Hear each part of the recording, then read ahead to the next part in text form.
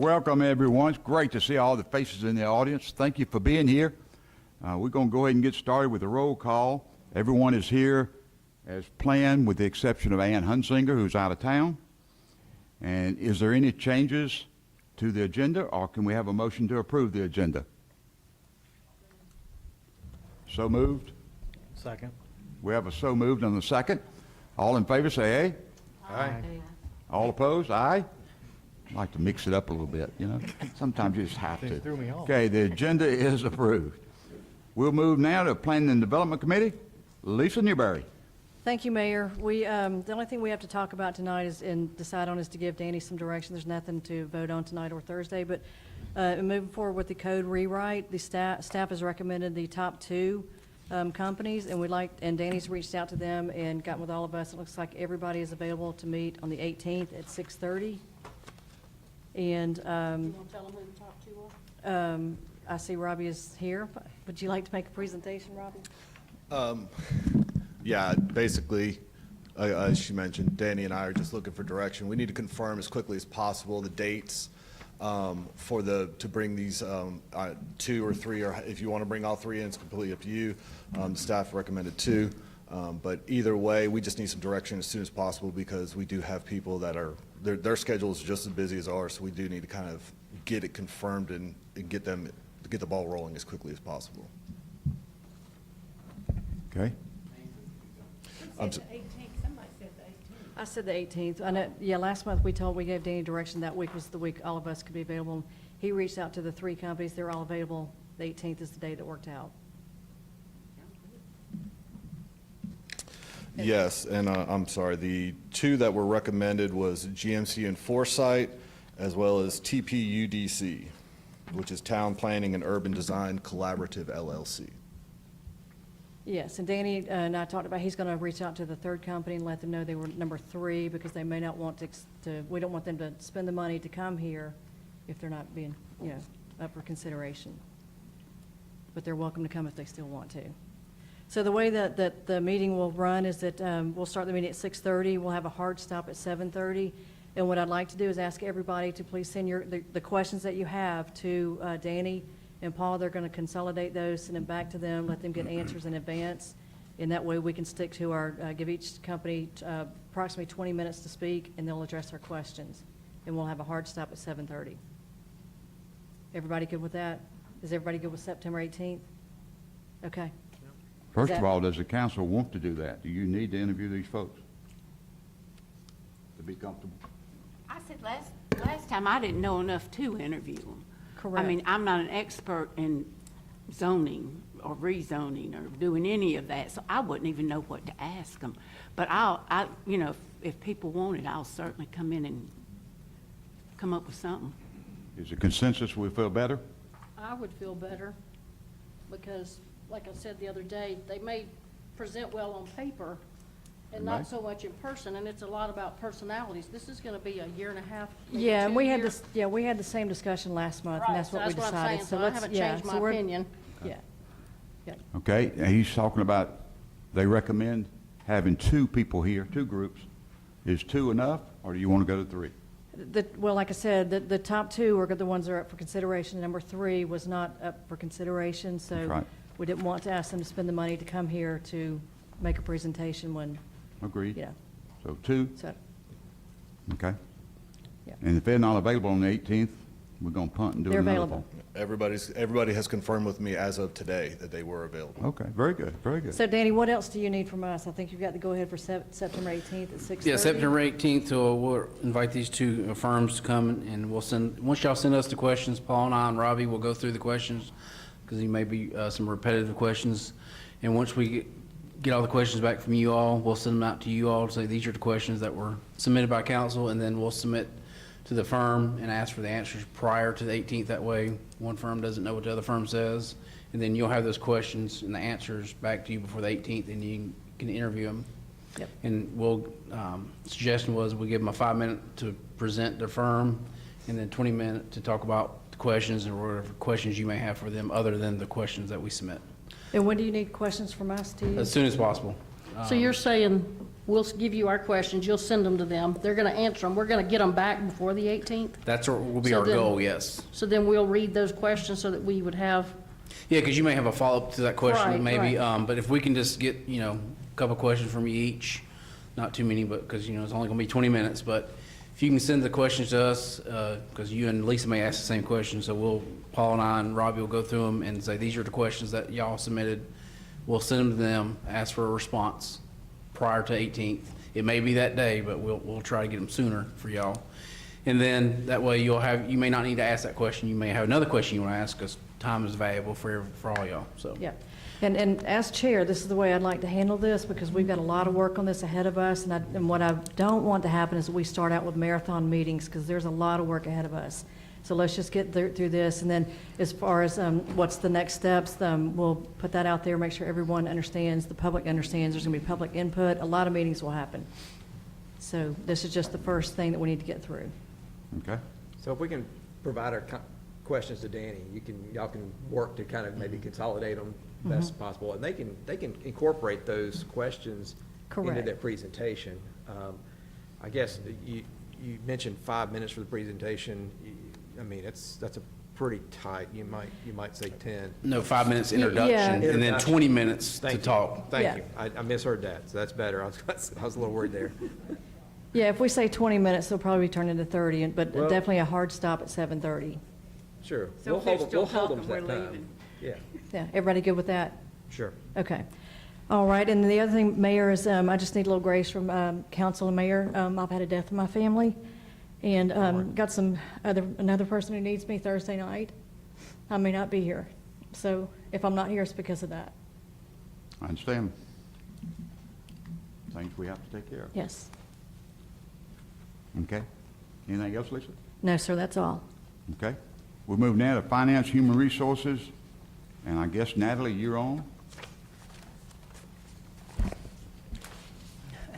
So I'm just here to ask for some budget amendments that we need to clean up the fiscal year '25 before I present the final budget to the auditors.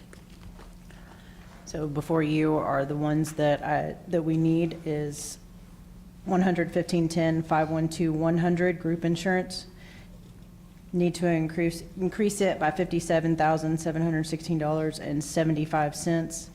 Beginning budget was 150, ending budget will be 207,716.75. 11510-521-200, city attorney by $64,111.45. Beginning budget was 180, we'll increase the budget to 244,111.45. And 140,900, 542-200 vehicles, 51,955.36 will be the increase. Beginning with 0, ending will be 51,955.36. First one was insurance, the group insurance. That one was due to the premium increase. It actually affected all budgets, but some budgets had money to move within their departmental level. So that's why y'all don't have all insurances come before you. City attorney was the increase in his fee, plus there was extra work. There were several extra litigations that we had to negotiate, so that pushed that amount up. And then also the vehicles, y'all had approved that, or prior council had approved that in 2023, but considering it's crossing yet another budget, we had to increase that one. The other one, the last one is the SPOS, 321, 3,500, 531, 600. Small equipment by 18,789.80. Beginning budget was 0, but that's just because for budgeting purposes, we put all of the money in public safety, and originally it was chosen for public safety buildings, and that's where we budget for it. So 0 was with the amount, and since it had no other amount in it, I got to be able to move it from one department to another. Okay? Any questions? I got a couple. I just want to make the point, the general fund for the group insurance, that's financial department, right, Natalie? Yes. Strictly the financial, not any of the 1510 other- is the financial. Okay, okay. The city attorney, the $64,000 plus increase, was that paid in the previous fiscal year? Correct. Do we have a contract, Danny? You had told me before we did not. No, we don't have a contract. Yep. So I serve at the pleasure of the mayor and council pursuant to your city charter, and then annually I send you a memorandum of understanding that outlines the financial components of that. Or I send it to Danny, excuse me. I was gonna say, because I have not seen it. And then Is that subject to the approval of council when you go up? I'm sorry, ask that When again. you, I know not we, I wasn't on council then, but the 180,000 was approved, as I understood it at the time, by council to bring you on and pay you 180,000. So if it increases, Well, just to be clear, you're not paying me, you're paying my firm. It's not just my services, you're getting the services of my firm, which are. if it increases, does council need to pay that? I mean, pay that, you've got me paying, to approve that? I mean, yes, but I think that you do when you approve your budget. I mean, basically, each year before your budget passes, I send a memorandum of understanding as to my fee structure for the year. And I've done that each year since y'all brought me on back in But the 60, 2023. as I understand it, I could be wrong, the 64,000 wasn't approved because it wasn't in the budget, correct, Natalie? Am I understanding this? I can't speak to the budget versus know. what I was paid, but I was asking that, Sure. Natalie. So So we didn't know it until right now. in his, what did you call you? What did you call It's an you? MOU. Yes, in that, he specifies that any outside cost due to litigation that he has to work or anything like that, he details that will be separate from his monthly fee. I think my question, though, and I might not be making myself clear, is did council approve that? Well, can I speak to that? Sure. The way I feel about that is usually the issues that's covered by the 64-11145 are issues that we spoke about in executive session. And I don't know that we say, oh, we're okay to spend $64,111, but we approve him to move forward with certain litigation. Am I understanding that correctly? That's the way I feel, but I understand we didn't get an itemized bill and we didn't know how much it was gonna be, but when we say, yeah, we wanna fight that, or we wanna, Well, I'm not fighting it, I just no, I'm think not talking about I want fighting, I'm to go talking through about whatever the case procedures would if- be that he's, yeah, and just to be clear too, I don't know what the expenses are. I'll be happy to look at them, but also just so that you know, I don't know exactly how they account for it, but there's also outside counsel that we utilize that may not be covered by insurance defense, so that could be some. There are, I know that in the last couple of years, there's been a lot of real estate work we've done. That includes survey fees and closing fees and the like. So I'm happy to outline what that differential is for you, if you'd like to, but I can tell you that anything that we bill you is in accordance with the terms of what our MOU is with the city. But there is no contract per se, because I serve at the pleasure of the mayor and council. Y'all could make a vote right now, and 4 of y'all could terminate my services or my firm's services tonight. So there's never really a contract for a city attorney, because it's always y'all's decision as to how long I serve in this capacity.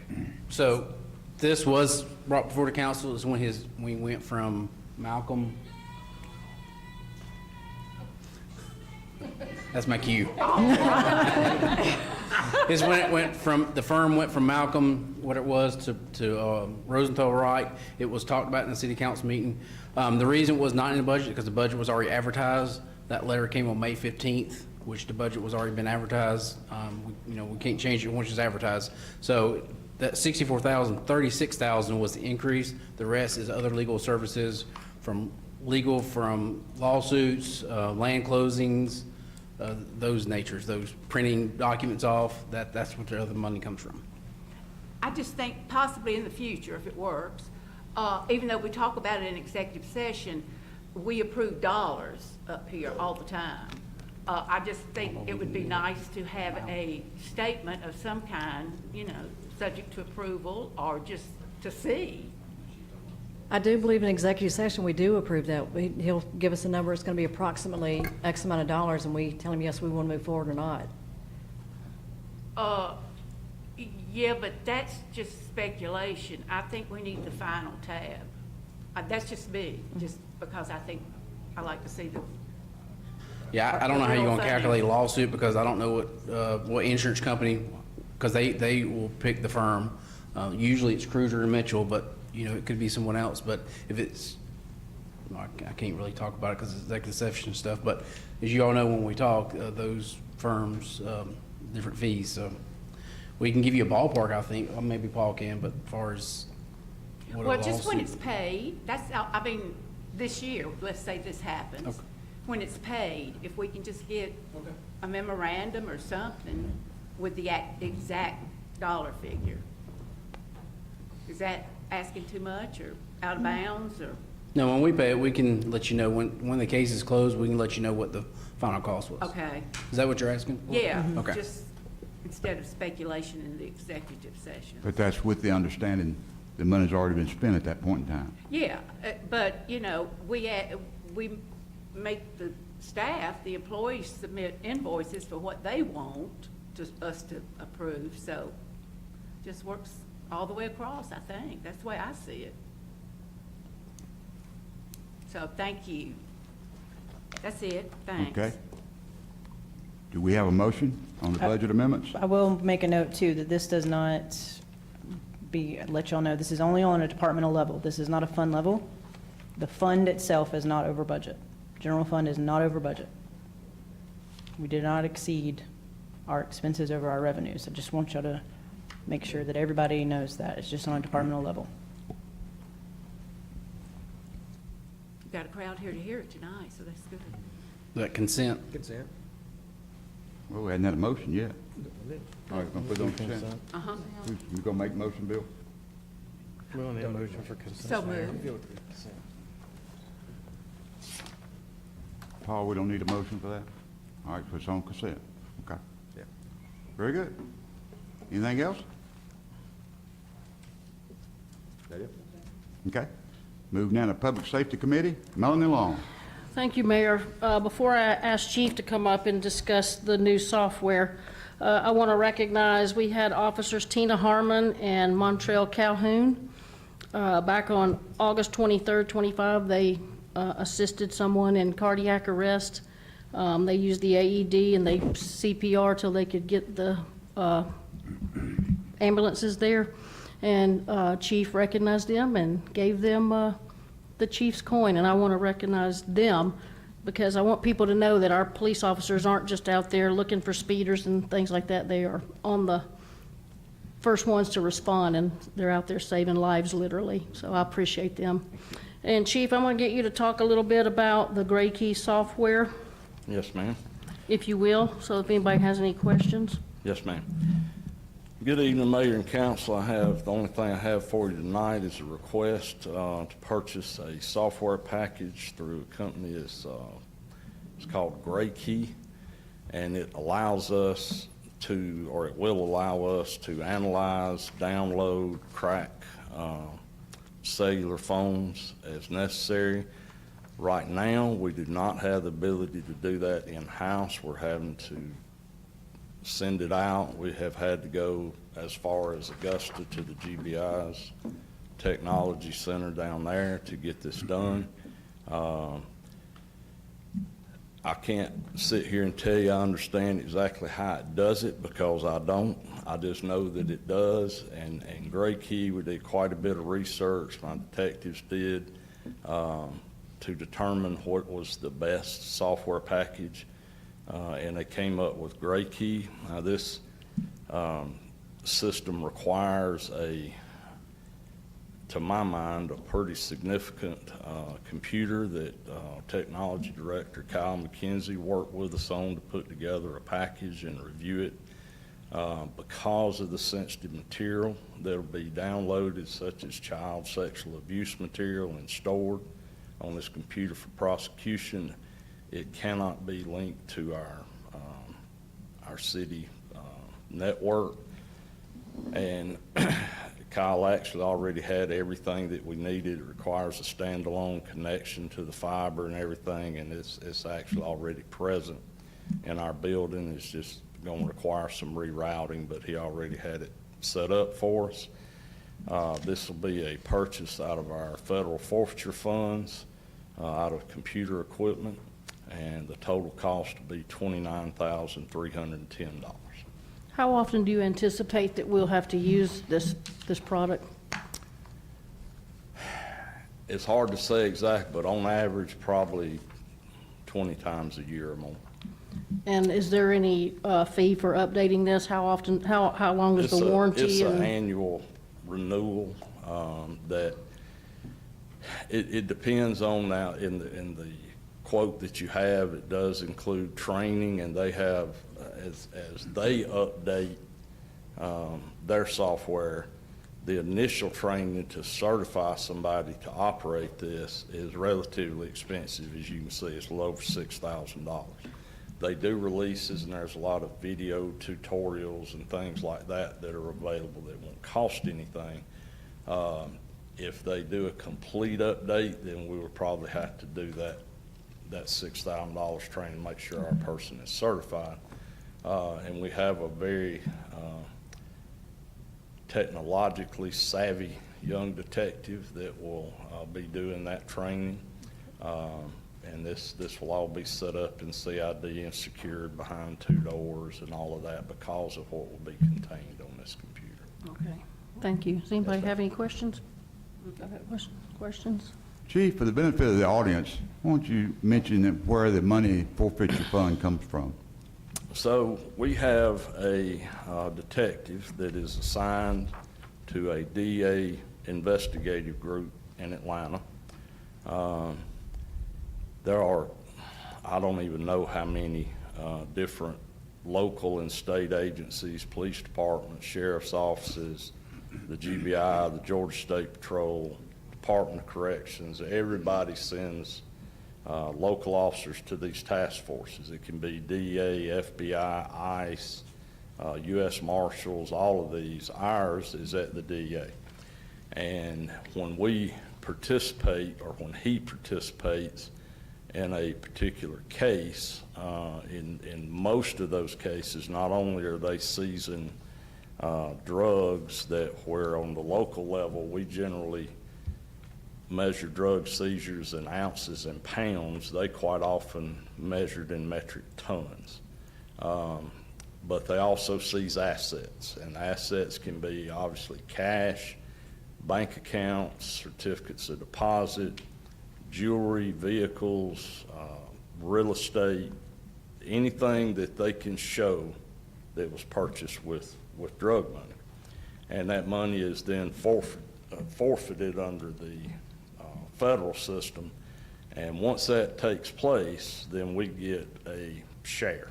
It varies. We usually are going to, for most of the time that we've had somebody up there, we averaged right around 6% of what we get back.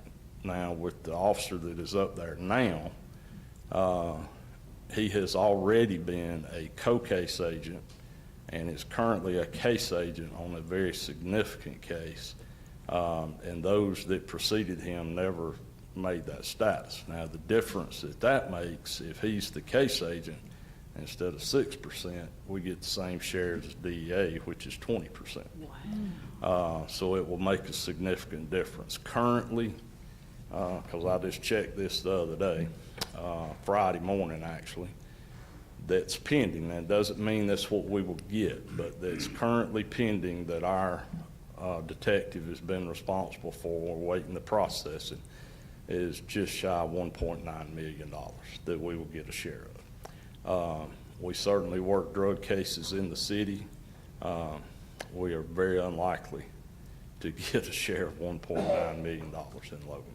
And everything that they're doing now, virtually 100% of the cases that all of the DA groups in Atlanta are working are all cartel related. Atlanta is one of the largest drug hubs in the United States of America.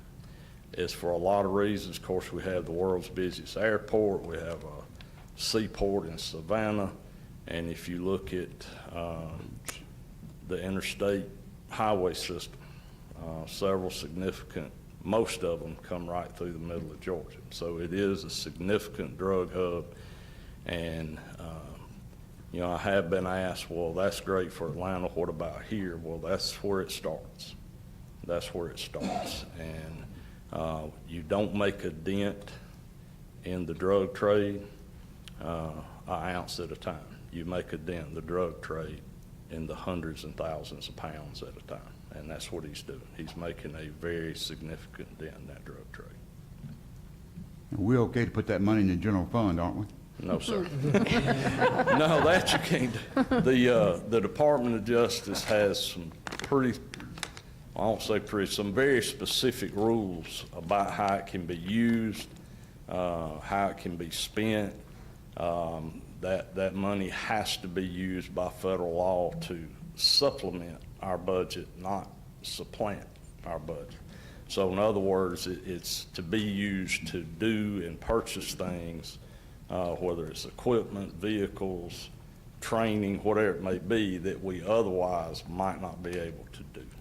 And all of these things that we've done, since we've had officers assigned up there, we have spent close to $1.3 million that has come back that didn't come out of everybody's pockets. Came out of the drug dealers' pockets, and I like that a lot better. Have we ever bought a police car with it? We bought 17 police cars 17. with it. Yeah. Yeah. That's good. All right. Thank you, Chief. Are Yes, y'all ma'am. okay with consent on that? Uh-huh. Yeah, okay. Thank you, ma'am. Thank you. That's all I have. Thank you. Okay, thank you, Melanie. We move now to Public Utilities Transportation Committee. Bill Duvall. Thank you, Mr. Mayor. I have two items on the agenda tonight. The first one is for the treatment plant, the electrical junction boxes on the influence side, pump station, were installed in 1999. They've worn out as listed by the city. They want to replace these. It's a line item, 4,300, and item, and that it is $19,900 for the replacement. They did get a quote, multiple quotes, and they've used, the quote was from the Russell Hatcher, and they have used them before, and they're good with them. Any questions on it? Gotta happen. Like to, yep, gotta take care of it. Like to put that on consent? Consent agenda, everyone? Yep. Okay. Sounds good. All righty. So the second one on the agenda is the stormwater repair at Ashton Manor. It's an emergency repair that came up last week. So you all probably familiar with Ashton Manor and the tension pond down there that we've worked on in the past, but there's also this storm drain that goes under a road. Now, unlike the Breckenridge that we had a couple of years ago, where the community was, cut off while we repaired it. Luckily, this case, they did have a route around it, but it's still a big inconvenience, and the city jumped on it. They have, the repairs they've got the line replaced at this point. I think the only thing left is basically paving over it. Is that right, Danny? Right. And so they've had the work was done by Matthew Development Corp. And Lay Pay Professionals. The fund is coming from the 4320, 522-205, and Danny went ahead and included a 5% contingency in here just in case we'll punch list this thing out. So the cost that you see is $78,645. Any questions on that? I just have, consent is fine, but how many of these systems, Danny, do we have that were put out or input in 1990 or thereabouts? Do you know?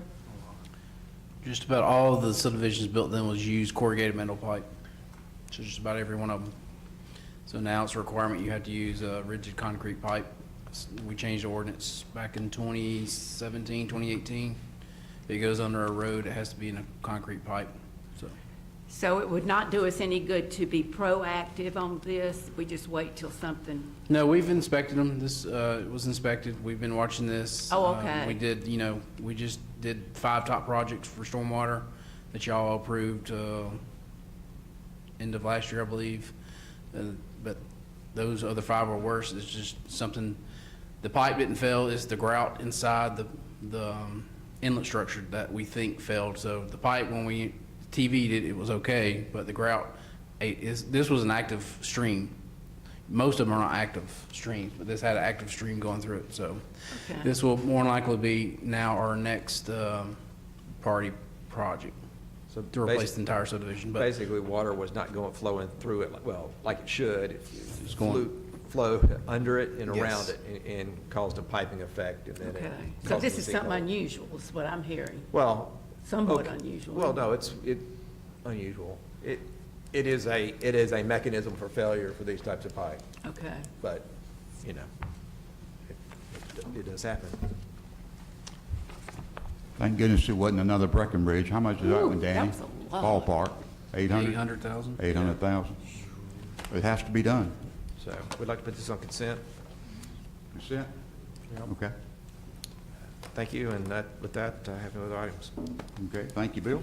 Moving now to Public Works Facilities Committee. Patty Wolf. That's me. Tonight, we're going to discuss the, start to say library. That's been on my mind for some reason.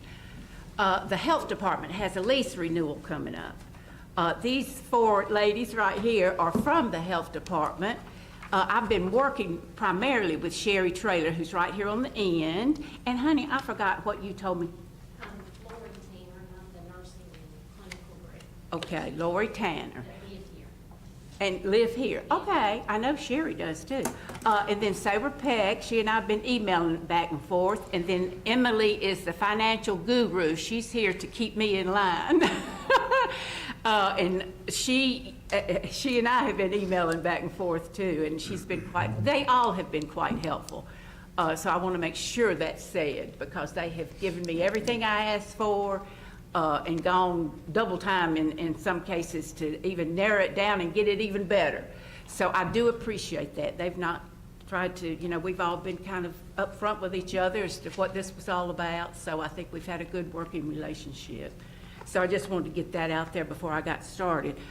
They have decided to go last. They got the short straw. They actually wanted me to present my information, and then they wanted to come back and present theirs. But anytime during the presentations of either one of us, feel free to stop and ask questions if there's something that's getting you hung up, or I'm not making any sense, or whatever. I'm playing wrong. Just, we're just trying to kind of keep it concise and to the point, because it can get off in never land if we're not careful. I decided for my presentation to use strictly the numbers. I was talking to Sherry about that today, because if you don't, you can get into the emotions of this, and sometimes you don't get your best decisions when you're making those decisions based on emotions. I went back and reviewed the tape from 2000, what was it, 23? You were the one that did it, Melanie. Was it 23? 3 years ago, 23, when it came up for renewal then. And it got, well, maybe they couldn't afford it, and the people have to come, and it got off in subjects that really didn't have anything to do with a business, and we are a business. So I'm trying to keep it strictly with the numbers, because the numbers don't lie. The numbers aren't emotional, so but that doesn't mean you can't have questions about other things. That's just me trying to do that. Let's see, I've got some notes. Last year, the senior citizen building was used as if we do that, then we'll have to do this with the senior citizens, kind of like a, back and forth tit for tat kind of thing. In my personal opinion, the senior citizen has nothing to do with this conversation, because it's a separate entity, it's a separate building, it's a separate function. I did not research the senior citizen building, so I have no reason to discuss it tonight, and I have no reason to use it as a comparison, that if they pay rent, that means the senior citizen building has to pay rent.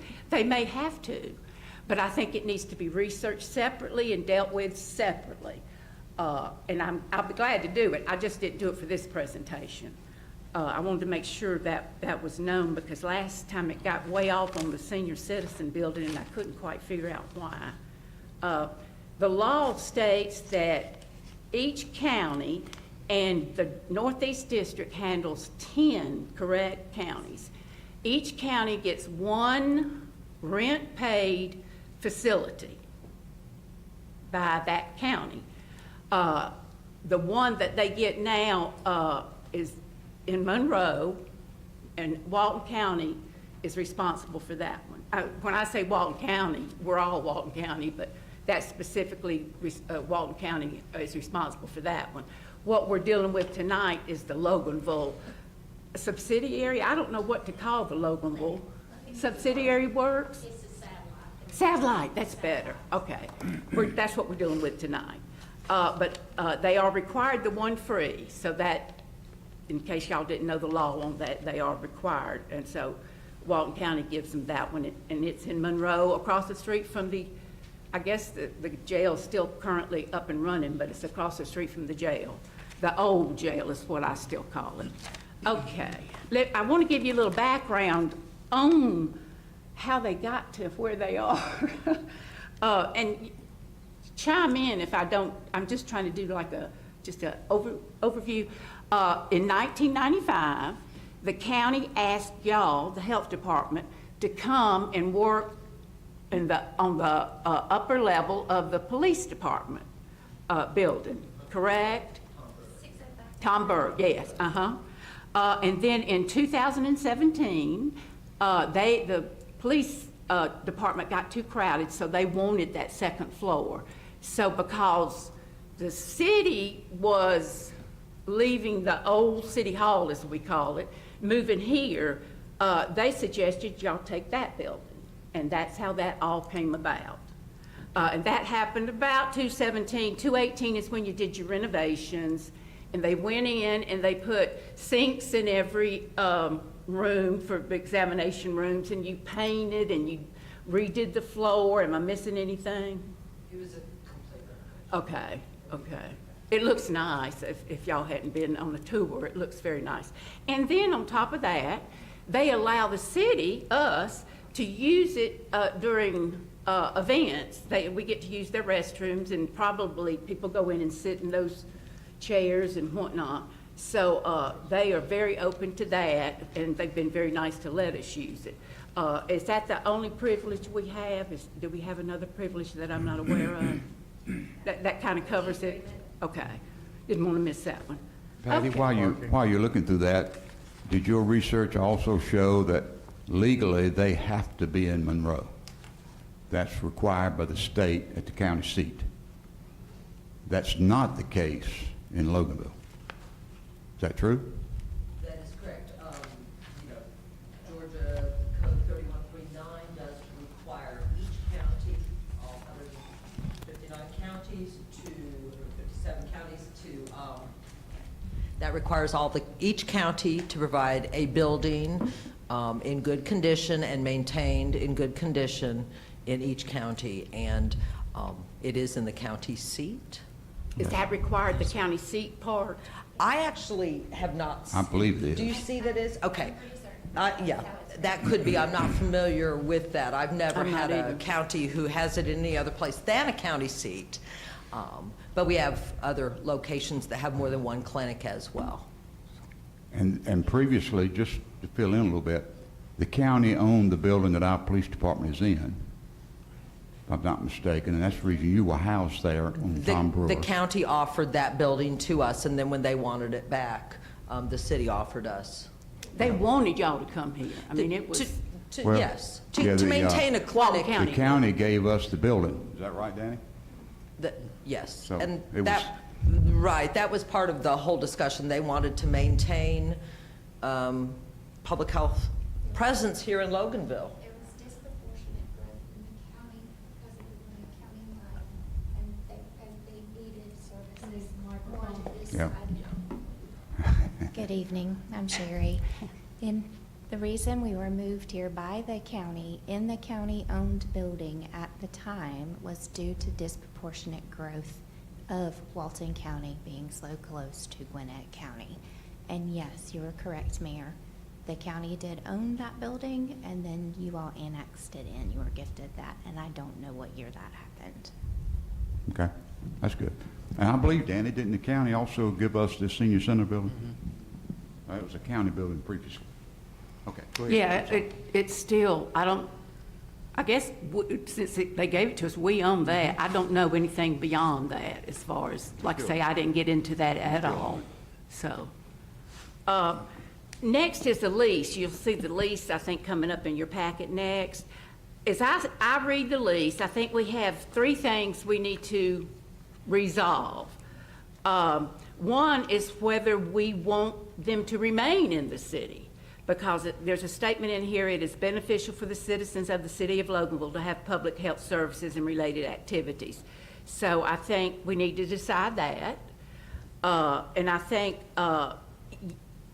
correct me, Sherry, if I'm wrong, but didn't Dr. Coggins, who is the head honcho, but he just came off of, is it paternity leave? Paternity leave. So he's kind of backlogged. But anyway, he indicated you wanted a 5-year lease, right? Do you remember him saying that? I'm sorry, I don't know the answer to that. Okay, that's all right. I think he said y'all preferred a 5-year, which makes sense that you would. We do prefer 5-year. Okay, okay. We generally do 5- and 10-year leases. So the staff has recommended 3 years, and this says it's year to year at the bottom of the first page here, number 2. So I think we need to come up with the number of years we want the lease to run, and then we need to determine if we think they should pay rent. So, which is the most important thing, I would imagine, for all of us, and I think one kind of leads to the other. If we think you should pay rent and you're willing to pay rent, then obviously we still want you in the city. I mean, you know what I'm saying? It's not something that's going to require necessarily 3 votes. It's just something we've got to discuss and kind of package it together. So those are the things I read on the lease. The lease is basically the same thing as the older lease, which is they don't pay rent. The only thing I think that changed, the major thing, is the utilities. You had to start paying utilities with this Utilities, lease. and we also handle all the repair and maintenance of the building. Okay, and the utilities, Sherry told me last year were $28,000. I think that was electric alone. Okay. It was a lot, but then, and we discussed this, I said, but most rental places pay their utilities, so that's not something I even looked at, to be honest with you. Yeah, all the other places, whether we pay rent or have gratis rent, though, we do not pay repair and maintenance. Oh, okay, yeah, that's probably, Typically on a lease, I'm Not sure even everybody's been in a minor? lease. When you have a lease, generally, the landlord is responsible for repairs and maintenance of the building as the not owner. even minor, I'm sorry? not even minor repairs, I'm sorry. No, I call our landlords for everything Okay, where okay. I have a rental agreement, I'm paying market rate, Okay. yes. So that's a difference, and I don't know that I even got that figure. It seems like we talked about it, but I don't know if I got the figure. How much we've paid for repair and maintenance? Say last year, do you know right well, off? Yeah, well, it's been $20,000 the term of this lease. That total here was, I had added this up earlier now, 6,900 so far this fiscal year. Okay. 20,000 since the lease began. I know the HVAC has been a problem. Yeah, that was the triad. That was the largest one. Down and dirty, I love it. Do you have a total on your down and dirty? Hold on, I do have it here. It's the 28,000 plus. Plus, it The was about 6,000. 6,500, yeah. Okay, this- so that's the- 6,500 this fiscal year. Okay. Again, about 20,000 since March 2023. Would you feel comfortable, because I do, with discounting those utilities and not even considering them, because most rentals pay their own utilities, to my knowledge? I would agree with that. The city did offer to cover them the first year. Okay. First So lease we'll just period. deal with the 6,000 as I an would agree. additional Repair and expense. maintenance is the larger item that is typically always handled by a landlord. Okay, got that, all right. So those are the three things I think we kind of need to discuss and come up with an agreement on what we're gonna do. The next page, I decided to deal with the patients, the number of patients they saw, as opposed to the number of times they saw those patients. Because I'm comparing population to determine, you know, the significance of what they do and that sort of thing. And the only way to do that is to look at the patients, the number of people, patients that come to your facility. Not how many times they come, but the number of patients that come, the number of individuals that come. And I've got that, you broke that out for me. Total individuals served, I may be saying that, that's the number I'm looking for. 3,040, based on the worksheet I got, I know there were some changes, but I think we did. That's the digit. Okay, I think we determined that this was good after our conversation. Okay. 3,040 of patients you saw in Loganville Clinic fiscal year July 24 to June 25. In other words, our most current data. Patty, can I interject there? Sure. So when I read this, the total number of people that they served were 3,040. 1,382 of those were just WIC participants. It was actually 1,658 actual people that sought HIV testing, child health, and things like that. That makes a big difference to me, because you could put a WIC office in City Hall and let people come pick up. I mean, well, I'm trying to understand you'll why they see- need a whole big building, is what I'm at. Well, you're kind of jumping the gun on me if you let me- Okay, I'm sorry. You said to jump in if I wanted to clarify something. Yeah, I just sit tight. You can Okay. ask it again if I don't let you. Okay, so that in Loganville, they saw 3,040 patients. The reason I'm using the WIC, though, Melanie, since you said that, is their patients. They still come in, they have to come in once every 3 months and go through what they're required to go through to get their WIC, vouchers. Yeah, they have to meet with a nutritionist So, and yeah. that sort of thing. So they are patients in that sense. At least I think they are. Now, whether or not they need to come to the health center, that's a conversation we can have later on once I get through with the financial aspects, okay? They serve 3,040 in Loganville. And if you take the Loganville population, divide that out, that is 4%. They have served 4% of the Loganville population. I'm going to dispute you there, not necessarily, because of their total living in Walton County is only 68%. So that means 32% of the people they see come from other counties, not necessarily from Loganville. Because that 3,040 number is for everybody, but if you'll look at where they come from, they're not coming from Loganville. They're coming, 68% come from Walton County. The other 32% are coming from other counties. Where are you getting at? Because up here it says 30052 zip codes, and then it says Walton County and Walton County. So how do you know they're coming? Although they probably are. How do you know? So I just do want to So right clarify. here, the percent residing in Walton County. But that's Walton County. Right. So I mean, you're saying they're coming from other only counties. 64% are coming from the zip code. You're counting 100% of these coming from the 30052. Only 64 are coming from. I'm counting our population and dividing it by the people they saw. So Now you're confusing me, Melanie. You've I'm got me sorry. off my game. I'm sorry. I do want to just clarify some of those numbers. Please do. Good, okay. Yes, so of the 1,658 patients that were not WIC clients, and the reason those numbers are broken out separately is because WIC client data is stored in a separate system from other health department client data, and those systems don't talk to each other. So we have to pull those numbers separately, and we cannot deduplicate fully from there. So what we've done here is tried to show our work on how we determine those client numbers. And so we are able to determine the county of residence and the zip code of residence for our clients that are receiving services other than WIC. And of those, 64% were from the Loganville zip code. And 68% were from Walton County generally. And so you are correct in that we do have out-of-county folks using it, but that the majority of people using health department services are not only Walton County residents, but specifically Loganville residents using the Loganville Clinic. Did I? Okay.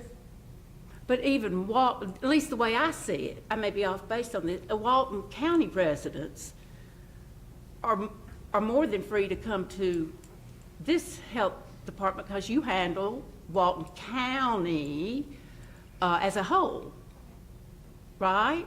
Anyone may visit any health department you're not separating, oh, you clinic. got to go to Monroe because you live thus and such. Anyone may visit any health department in the state. Oftentimes, people may visit the health department that's convenient to their work if they want to run and get a flu shot at lunch or something like that. So it's not uncommon at all for people to utilize a health department maybe closer to their work or closer, take their mother to the one closer to her home, that sort of thing. So Okay. there's a lot of variability because we are here to serve the public regardless of where you reside. We don't want to see lines. That's a barrier to health care.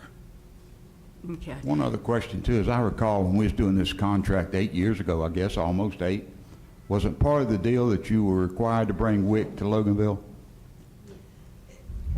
Yes, the growth, again, the WIC is a USDA program. They have very strict requirements over where a WIC WIC services can be provided. That's why they are routinely in the health departments, because we are already meeting those WIC standards for USDA. But when you was out at the building on Tom Brewer, you did not offer WIC. That is correct. We were on the second story. That was not even going to be allowed to be a WIC place Understand, there too. Just understand. all the requirements for WIC facilities. So Patty, if I understand right, your first question you need to know from us is, do we want the health department to stay in Loganville? Does anyone up here not want the health department here? If they're willing to pay rent, but I'm not looking to put them in that building for free a third lease term. Okay, so maybe we can focus on that. And the second question, you need to know if we were okay with a 3-year lease. Is anyone not okay with a 3-year lease? It looks like it's in here, as long as it's got a 90-day termination, I think that would be suffice. 3 That's years, fine. 90 days, Yep. that's And collect rent. 3 months. So can we It's- focus on talking about paying rent? What's the issue there? Well, the last time we negotiated, when we went to the 3 years, you remember, because there was some questions about them not paying rent. So we settled a 3-year contract to let that mull over for a while. And if they want a 5-year contract and a 5-year contract's available, then I don't know why we wouldn't do what we're going to do for 5 years. I agree, because it's got a 90-day termination 90-day clause. Well, as Yeah, long as right. they're gonna pay a fair amount of rent, What do you suggest for rent? $12,000 a month.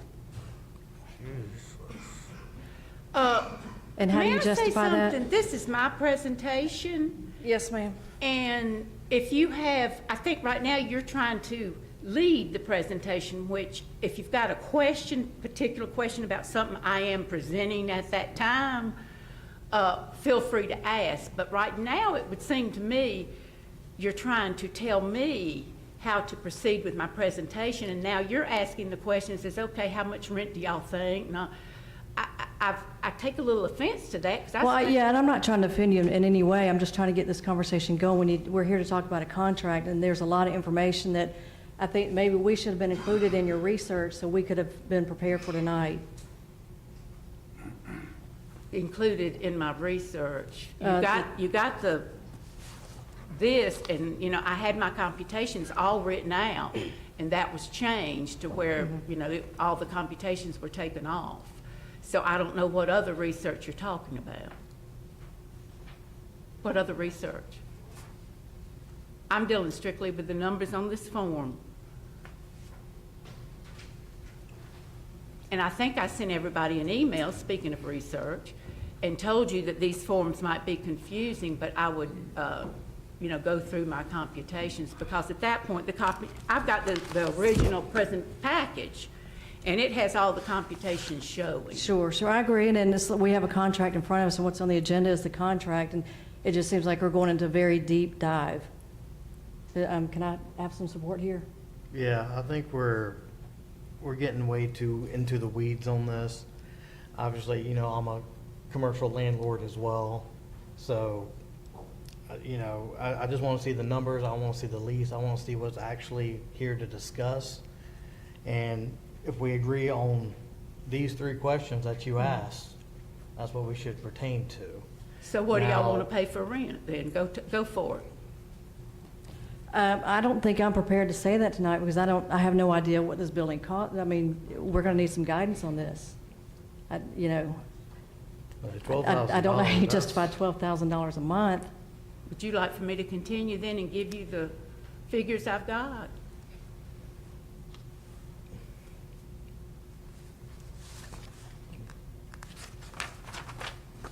Okay, the rent, because I'm skipping over the amount per patient and that sort of thing, although I do think that's important, but I will skip over that. The rent is on the, in your package, it's the real small print, and it says up on the left-hand corner, rent summary.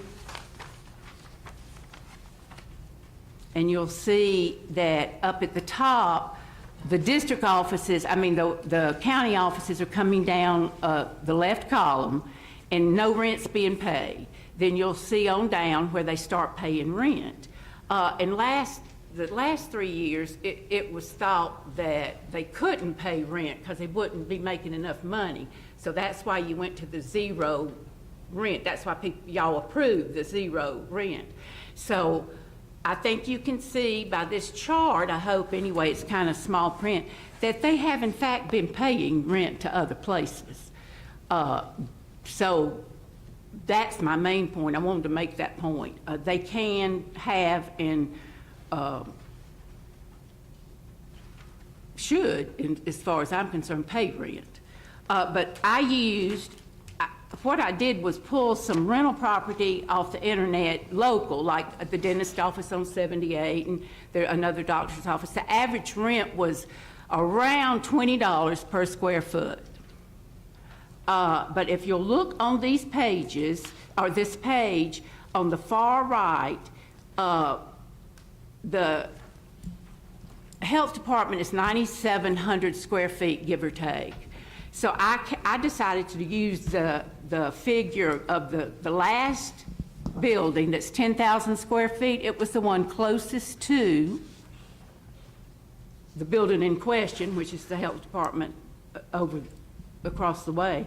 And that rent is about $10,000 a month. You can see it right there. I hope can y'all see it?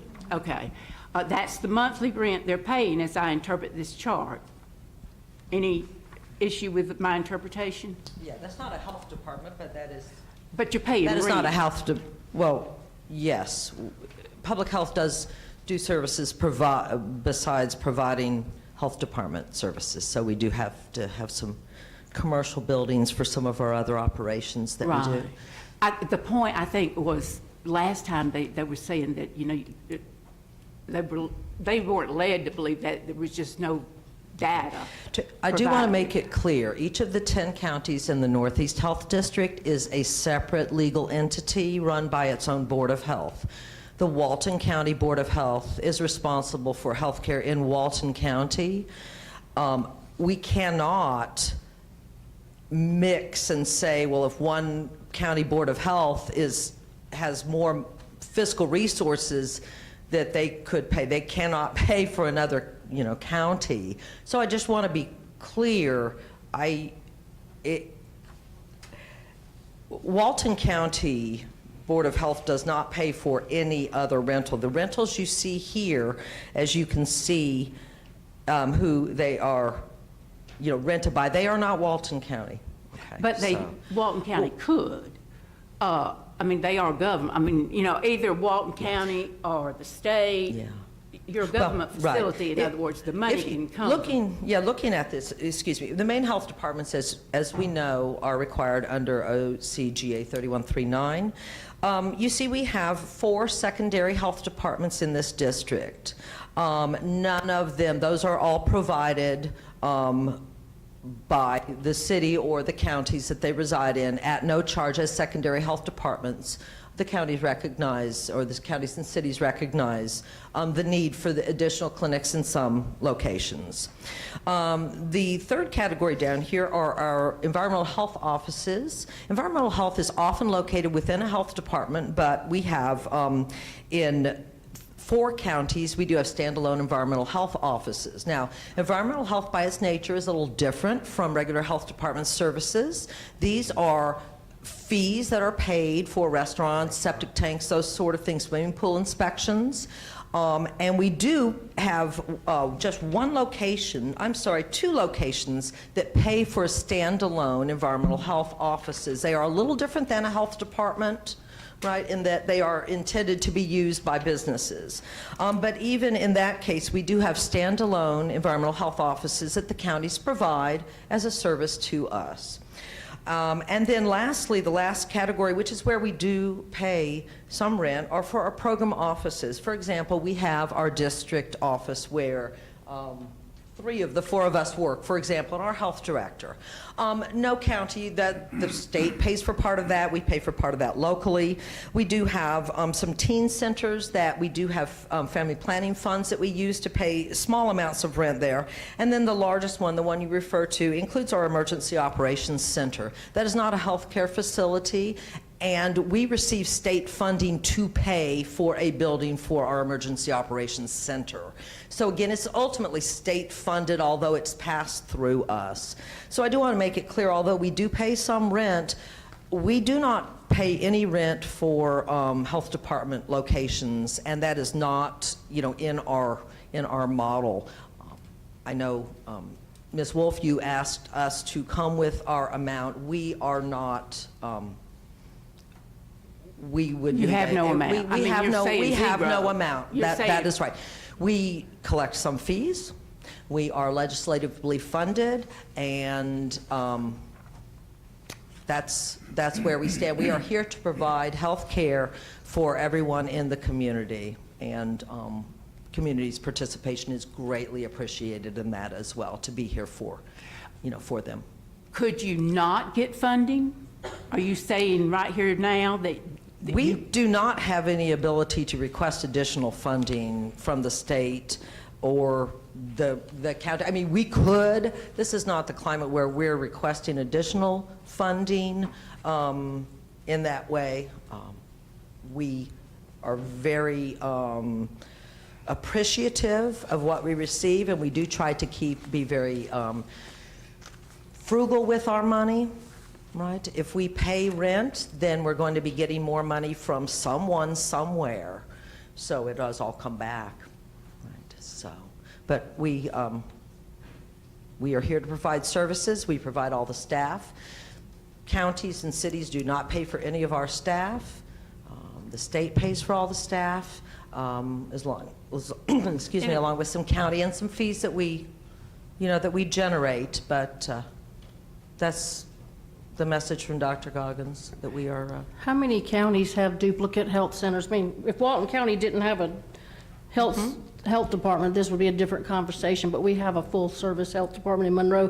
That How is many other correct. counties throughout the state of Georgia have 2 full health departments in their county? I don't know exactly how many. Multiple counties have many, many health departments as well, the larger ones. like it's Fulton County, for example? Fulton probably. County and DeKalb must have 8 or 10, for example. We do have, we do have 4 basically here, 3 counties, 4 locations here in our district, in our 10 counties that have satellites. Well, based on your comment that you serve the people, I don't doubt that at all. It's the amount. And I'm going back to what I had started on earlier. You serve 4% of our citizens, just based strictly on the math. I mean, the population versus the total patients that you see. You serve 4% of our population. Then if you flip over to your financial statements, your salaries alone for Walton County, I think this is just Walton County, are $2,213,138 salaries. About 75% of our budget for all our locations are salaries because we provide services. We don't sell a product, we Right. provide medical services. Your expenses are $3,053,000, and you have a long-term pension liability of over $2 million to serve I'm going back to serve 4% of our population. That comes out, I was shocked when I did the math on it. That comes out to $83,275 per patient. What I did was take your expenses and divide them, I actually divided them by the total patients of both Walton and Monroe, and it's 83,275.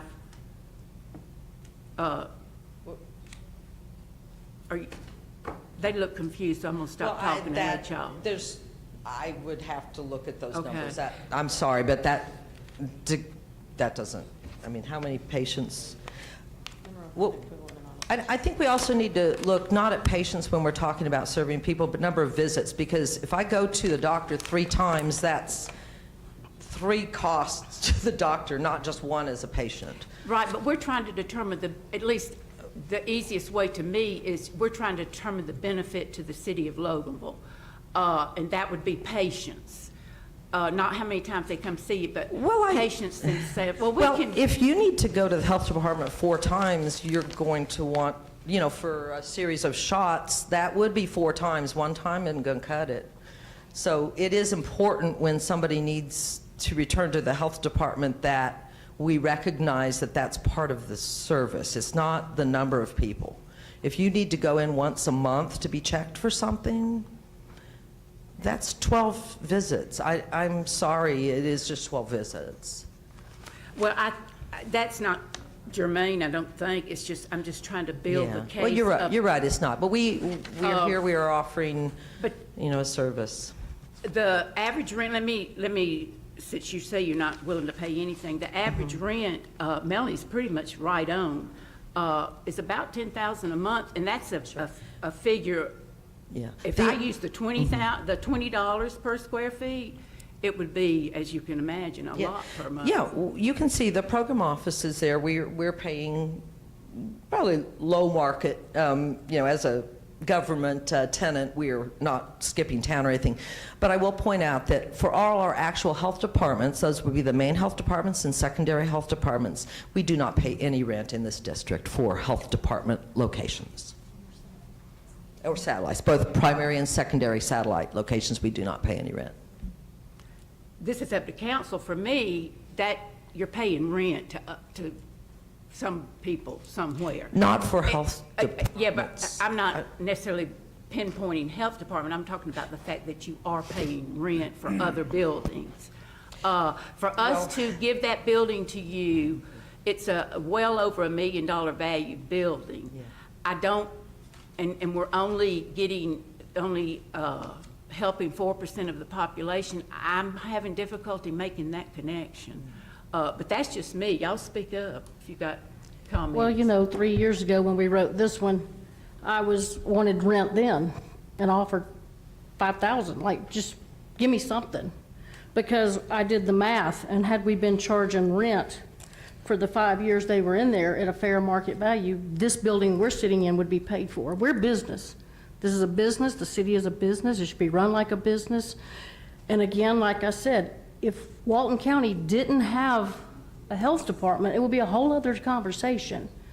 And again, when 32% of the people are coming from other counties to come here, those other counties aren't kicking in to help us with our building that's, I'm gonna ask that they pay rent, and a three-year contract at a fair market rent. What was your third question? I don't remember what your third question. Do we want to see a health department here? Right. To me, as long as they're paying rent, they're welcome to stay. And if they're not paying rent? That would be their choice. If they say they can't pay rent, that is their choice. We give them a, fair amount of time to relocate or whatever they need to do, but if they can't pay, if we're the business. My landlord just came to me the other day. He said my taxes went up 19.55%. I'm gonna raise your rent. You think I'm just gonna go, oh, I'm sorry, I can't pay the rent. What is he gonna do? He's gonna kick me out. A business is a business, and I understand that this is a government business and there's people that are not wanting to step on toes. We have a health department. Well, and then the Loganville citizens are paying state taxes, federal taxes, city taxes, and in addition, adding a health department on top of it.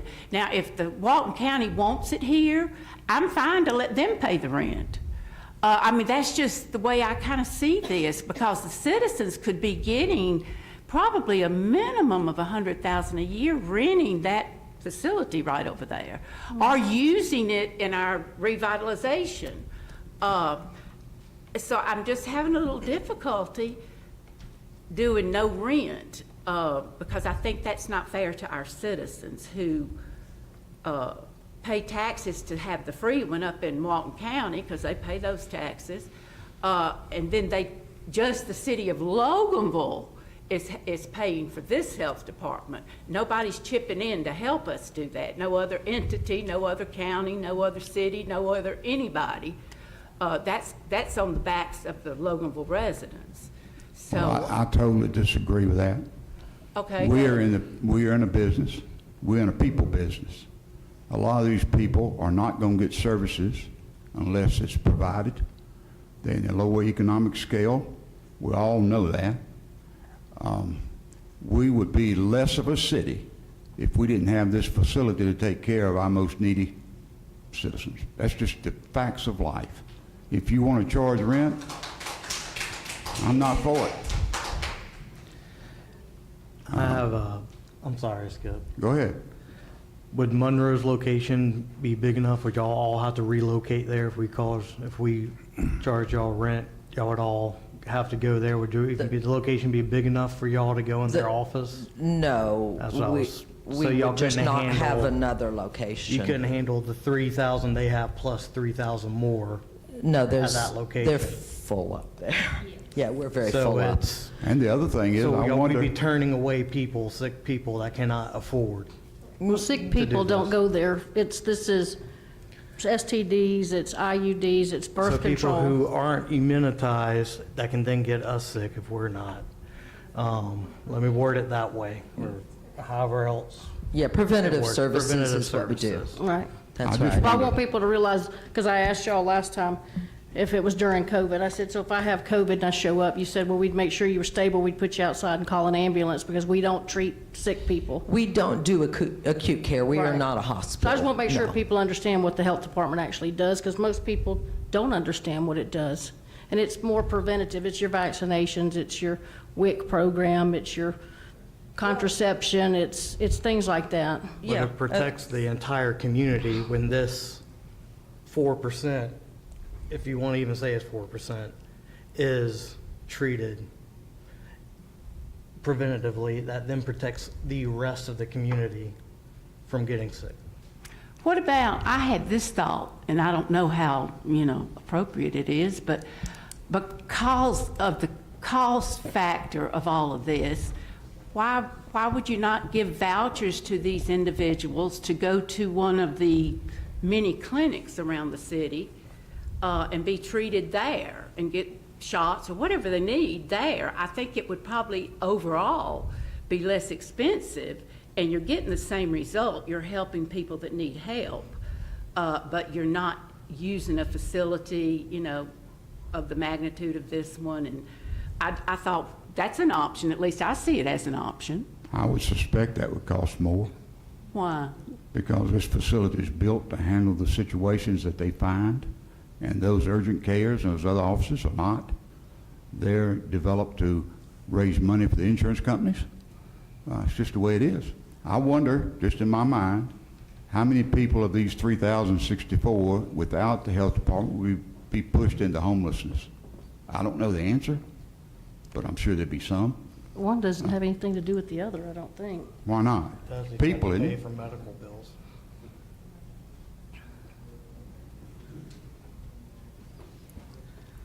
Well, any more questions, concerns? I think y'all wanted to present. Have one more piece of what we do, and so just, if there's any new numbers, to cover what services we do provide, because it does keep this community safe when we have outbreaks. Thank Yes, Sarah is going to present the services that we do provide, but we're also here to keep the community safe when you have an outbreak of measles, you have an outbreak of tuberculosis, patients getting released from your local hospitals that live in your community, meningitis. There's just multiple things that we do that not sure that the whole council is aware of, so we do want to present that part. And I do remember back in the pandemic, you guys were big, provided a lot of services here We during the did, pandemic. even though we couldn't treat COVID, we were testing for COVID, and we were the preventative piece for Yes. offering vaccinations.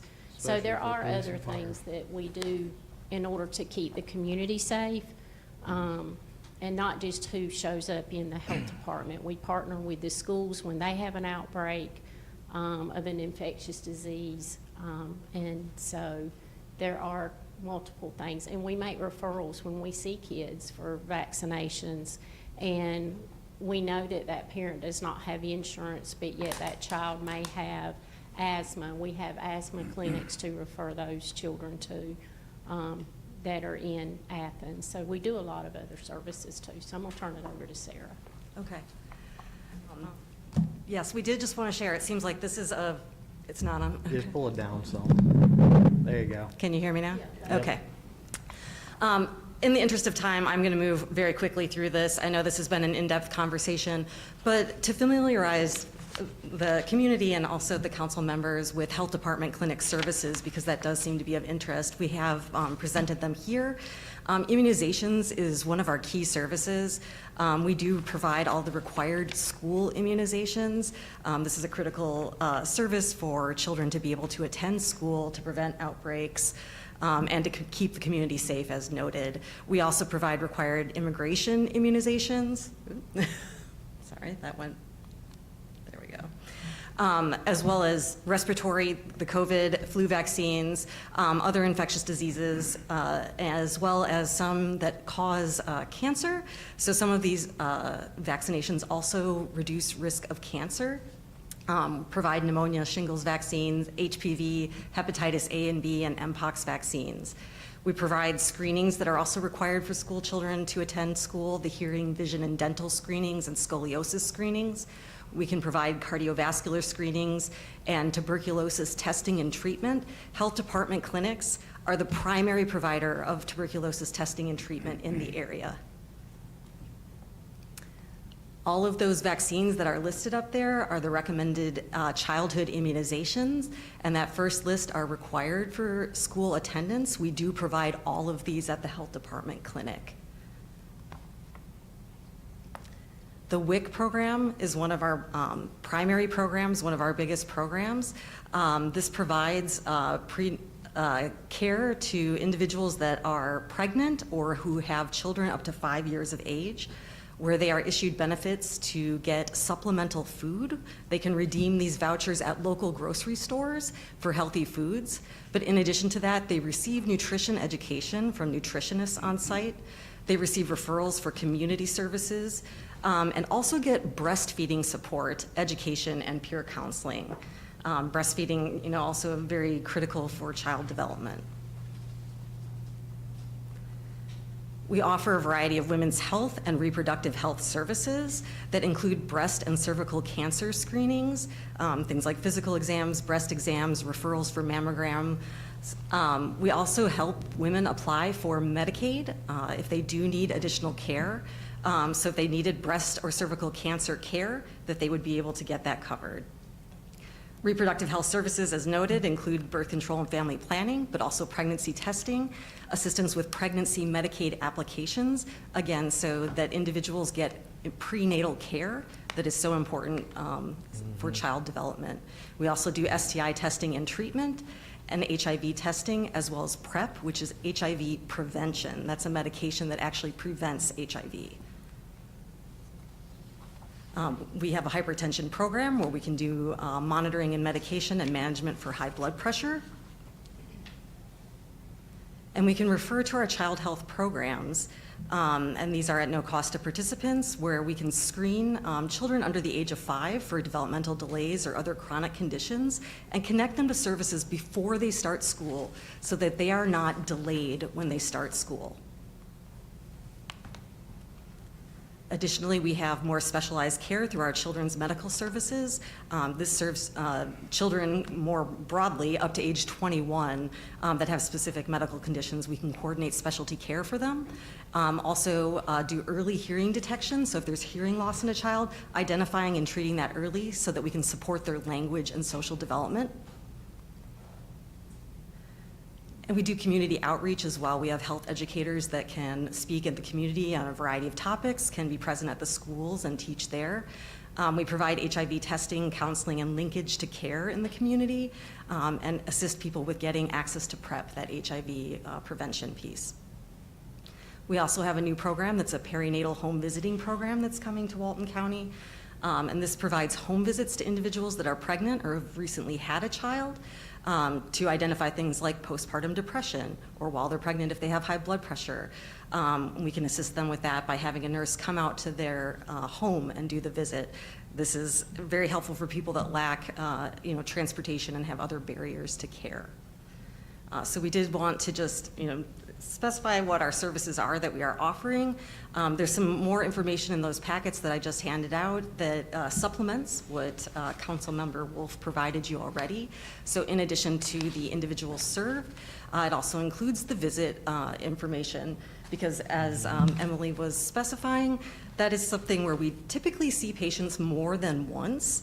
That it's not just a one and done. And so if you look at the number of individuals served, approximately 3,000 at the Loganville location, but that was over 7,000 visits to the clinic. There's information in that package as well that compares the number to our Monroe clinic. So if you want to compare those numbers, that's in there for you to review as well. Any questions? I have a question. It just went through my mind as you're making your presentation. Do you see any, like I could walk in and have all these services, or do you have to be low income, or how does all that work? Different programs have different eligibility requirements, and some do have income requirements, and some are available regardless of income.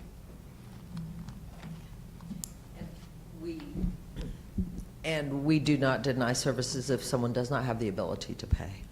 Yes. We want, our goal is for people to get the preventative treatments that they need. Yes. Keep the community safe. Thank you, Emily. That's a critical point.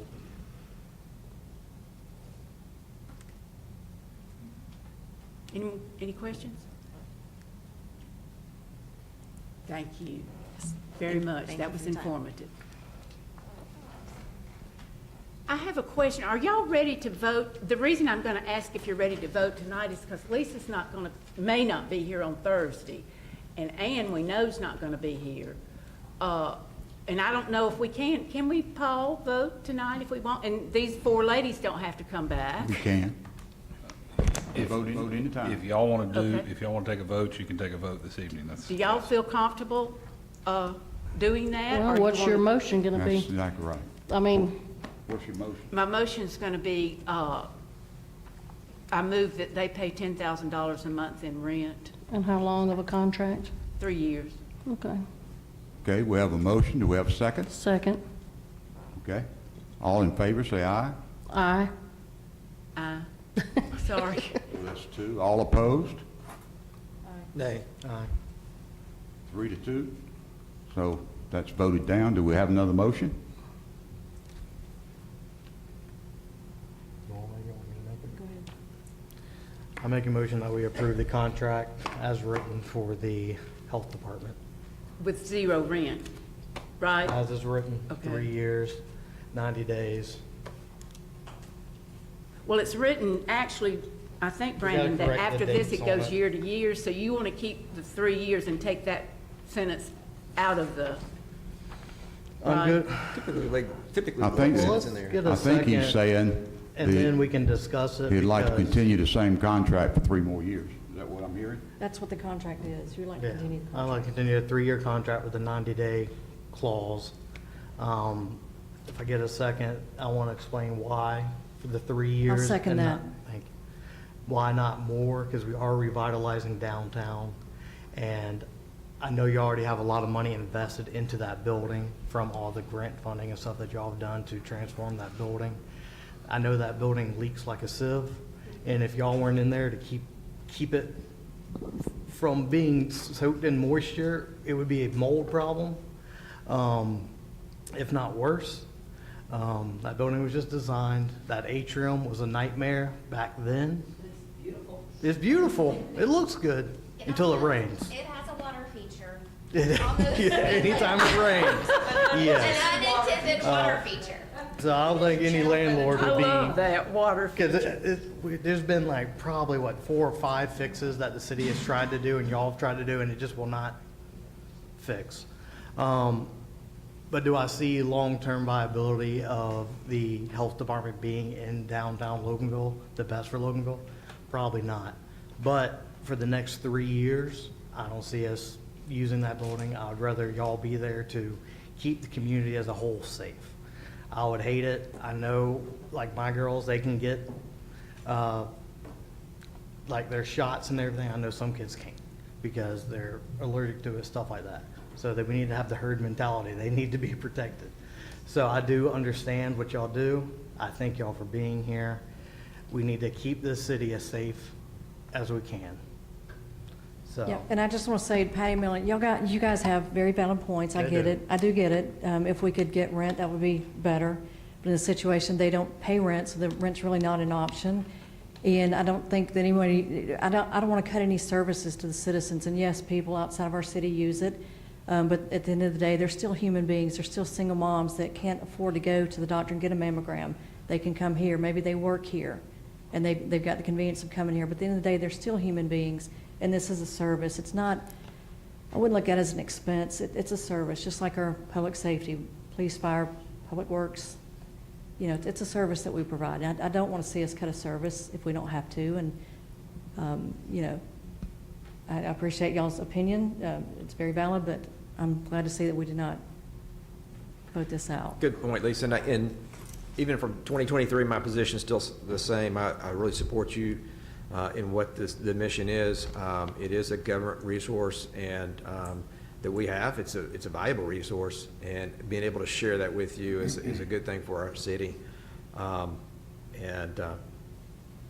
Before you take a vote, can I just get clarification? The motion was for a 3-year term with a 90-day out with no rent, basically the same agreement as we have now. But just to make clear, and that 3-year term is to begin upon expiration of the existing term, which is February 28th, 2026. Is that correct? Okay, thank you. We'll just make sure that we get that correct in the motion, in the minutes. Okay, we have a motion. We have a second? We're done. Did we already Lisa vote? seconded. Thank you, second. Bill, Yes. you never called the vote, but. Okay, we have a motion. We have a second. All in favor, say aye. Aye. Those opposed? Aye. Okay, it passes 3-2. Thanks.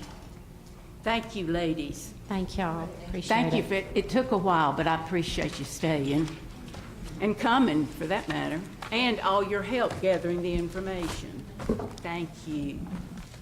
Patty, anything else, Patty? Anything else? Oh, yes, I do have the trash report.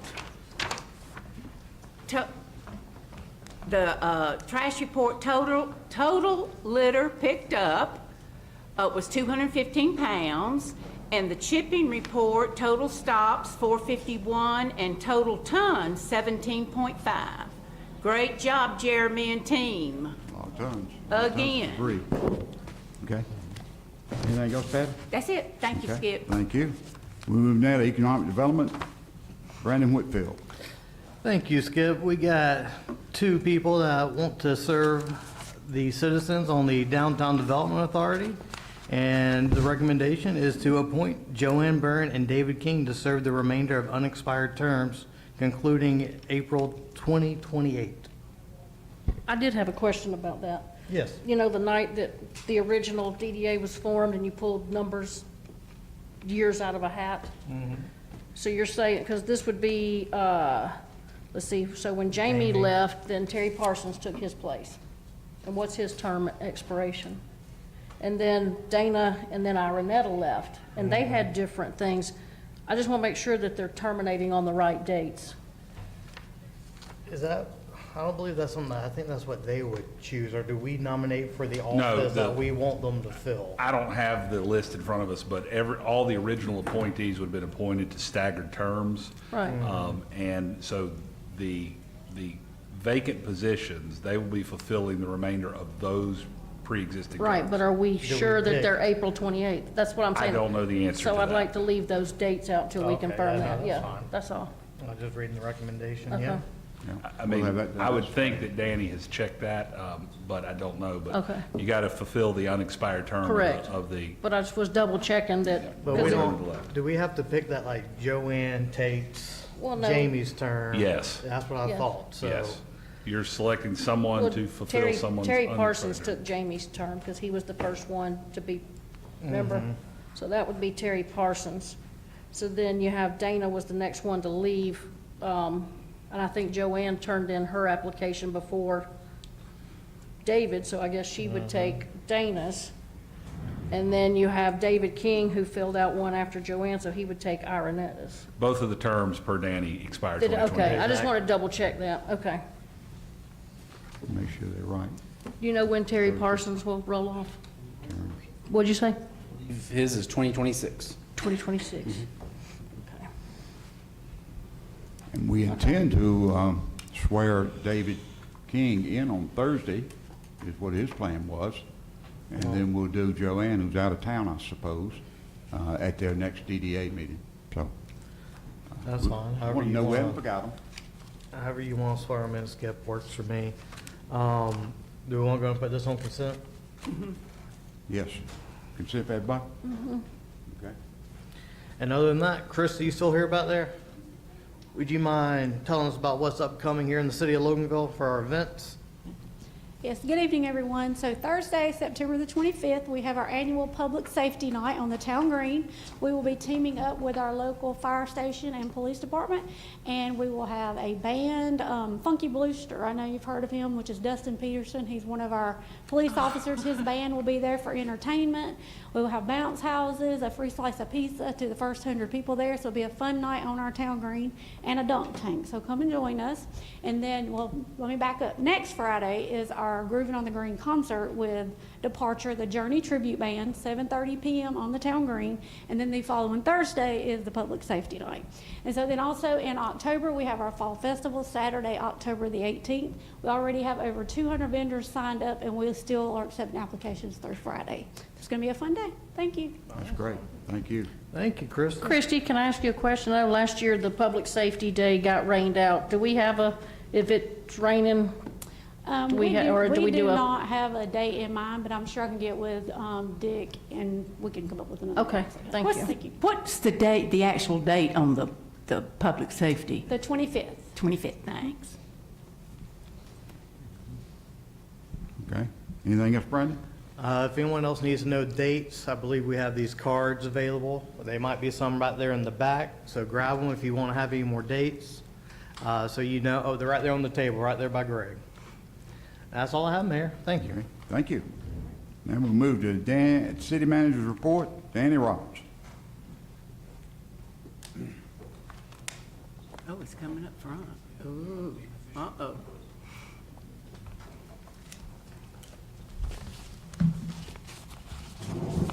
That's sensitive. Good evening, Mayor and Council. I got a couple of items. First, this is more of a FYI.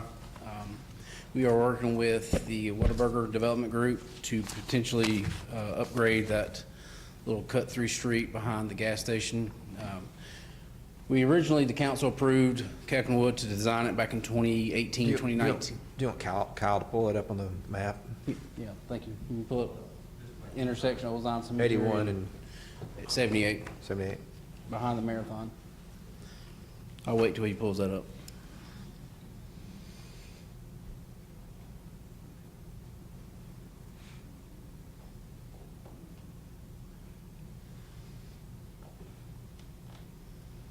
I know nobody has issues with traffic in Loganville, but I figured I'd just let y'all know this. Good, we need all the help we can get. So, for those that don't remember, this was something we looked at in 2019, 2018.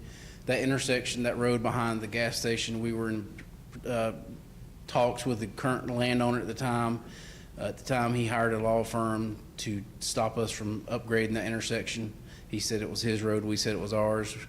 But this was something done back in God knows how long ago. But everything that we found from the 60s showed it was a road. It's always been a road. It was called Lover's Lane at one time. We found that out. But since then, the Whataburger Group has bought this whole track. We know it's a road. GDOT has unofficially said it is a city road. So they have interest into partnering with the city of Loganville to complete this upgrade. Currently, it's not required for them to do this upgrade for the development, but they are required to upgrade Lee Bird Road. They're putting in a turning lane and a decel lane for their development. But they asked me several weeks ago, maybe a month ago, about would we still be interested. I answered for you all. I said I think they would be. But of course, it would have to go back for the city council for approval for them out. This is going to be in the several hundreds of thousands of dollars to upgrade this intersection. It's potentially going to put a three-way stop sign at Lee Bird and Old Zion Cemetery, and it'll have a out onto 78, a right turn only. We're working with GDOT now to get what's called a GUPS permit, I believe is the name of it, to see if they would support this project. And if so, we are looking to partner with this developer to, we haven't, I said 50-50, but they said 75-25, but I said 50-50, so that's where we left it at. But we think we can do it under the state required as far as bid. Anything over $250,000 has to be publicly bidded. So we think we can come under that and just partner with this. Is this an interest that you all have? Because there is some work that I had Keckenwood had to update the plans. We've already paid for all the plans, but I did have to update the right of way because it has changed since they bought the property, and that was $14,000 we just spent for them to update the plans. But is this something y'all think you'd like to see? Can I ask you a question? No, I'm just okay. kidding. Yes. You said a three-way stop. You don't mean a four-way stop? Because No, it are cannot- you cutting off that piece, that road? Is that what you're doing? Is you're cutting that off? So at Lee Bird and Old Zion, it cannot have a Right. stop sign coming from 78 because it would queue up in the 78 traffic and people would get hit. So if you're coming off of 78 going north on Lee Bird, you would not stop, but everybody else would. The biggest thing, the relief we're going to see, what we found in our traffic counts was during school, the buses, the kids that come out of the back parking lot, they cut through the doctor's office, and they cut through now through People already use those as a cut through. the car wash. So this is something that I think that our engineers are highly supportive of. I know Bill and I have been talking about it great in detail. So I think this is something that you all would like to do. We've already spent the money on the plan. It's a design ready plan. It was put on the shelf. Of course, there will have to be some tweaks because now Whataburger wants to have an entrance course off of that side street to enter their complex. But that's the reason they're looking to potentially pave some of the money as well. So you're basically looking at taking the road behind the gas station, making it a real road? So that Yes, you a could paved come, road. so after you stopped at Old Zion and Cemetery and Lee Bird, you could come straight across? Will that be a right only? So initially, it was, if you come out the gas station right there and turn right on going back towards Lee Bird, it was a two-way, but to the left, it would be a one-way going towards 78. So you would not be able to make a right off of 78 into that road. It would be Okay. one-way only. The point is to get the traffic from Right. Old Zion onto 78, because that's where the traffic wants to go, is westbound on 78. Okay. So that's something I think, we're all about trying to find ways to Right. help the traffic. And this could be it sounds like a lot of money, but, we were prepared to do this whole project ourselves in 2019. Now, hopefully, we'll negotiate, but we'll try to get the best deal. But hopefully, we can do 50-50. And I'm leveraging the money we've already spent on the design with Keckenwood, so. But you said 200 to 250 is, the state law says anything over 250,000 has to be publicly bidded because we're a government entity, so we would have to publicly bid it out. But if it's below that, then we can just let their contractor, as long as they're GDOT certified and everything, we could let You're them. talking about the total price of the project, not just our portion? Our portion would be less, hopefully less than 250,000. Okay. So is this something y'all would like to see? In District 2, you know, Yes. I think back in 2019 or so, when we were zoning the parcels right there on Old Zion, you know, that was, the community came and talked to us. Danny Ford even stood up there and talked to us at that time, talking about this particular intersection and the improvement. That's where we spun off and tried to look at these operational improvements. It's just a better way that we're not taking the full burden of it. So I certainly support it. Okay. Well, I will continue course then. The only reason that was not done then was because a property owner would not give us a few feet of right-of-way to allow us to build that. And I think it was a hate affair with the city at that point in time, but that's irregardless. And we thought it was a great idea, and I think it's more important now than it was then. More traffic, for sure. More traffic. Okay, I'll continue working on that. So tonight, I don't really have much for you, Jen. I am going to let you all know that we have made some official appointments to the city council, to the city. First, I'm going to introduce Ansley Pope. She has been given the opportunity to become the HR director upon Christy Ash's retirement. Christy is not with us tonight. She's on vacation, burning up her time, which is good. So I'm going to read us something about Ansley, so bear with me. So I'm pleased to introduce Ansley Pope, who brings over 7 years of HR experience with the city of Loganville, with a strong background in employee relations, policy development, workforce planning, and benefit administration. Ansley has played a key role in supporting both employees and management within the HR department. She was the assistant, if you didn't know.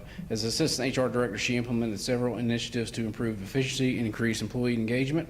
Currently, she is pursuing her HR management certification through the Georgia Local Government Personnel Association, and she has already obtained her city clerk certification from the Carl Vinson Institute. Ansley is committed to the city of Loganville, the workplace, that values communication, respect, and personal growth. She looks forward to working closely with the city leadership, staff, council, and to build a strong and thriving workforce. Outside of work, Ansley enjoys spending time with her family. She and her husband, Keith, Keith, raise your hand. Keith has been married for 24 years, congratulations, and they're proud parents and grandparents. Before moving, Keith served as an executive director for the largest homeless shelter in Augusta, where the family gained valuable experience in community. This experience gave Ansley a deeper understanding of the challenging people face throughout their lives. And she carries those lessons with her every day, trust me, at work, because we always debate employees. So her job is to stand up for them, so that's what she does, a great job. Ansley is excited to bring her passion for service and experience to her new role and looks forward to contributing to the city's success. Ansley Pope, congratulations.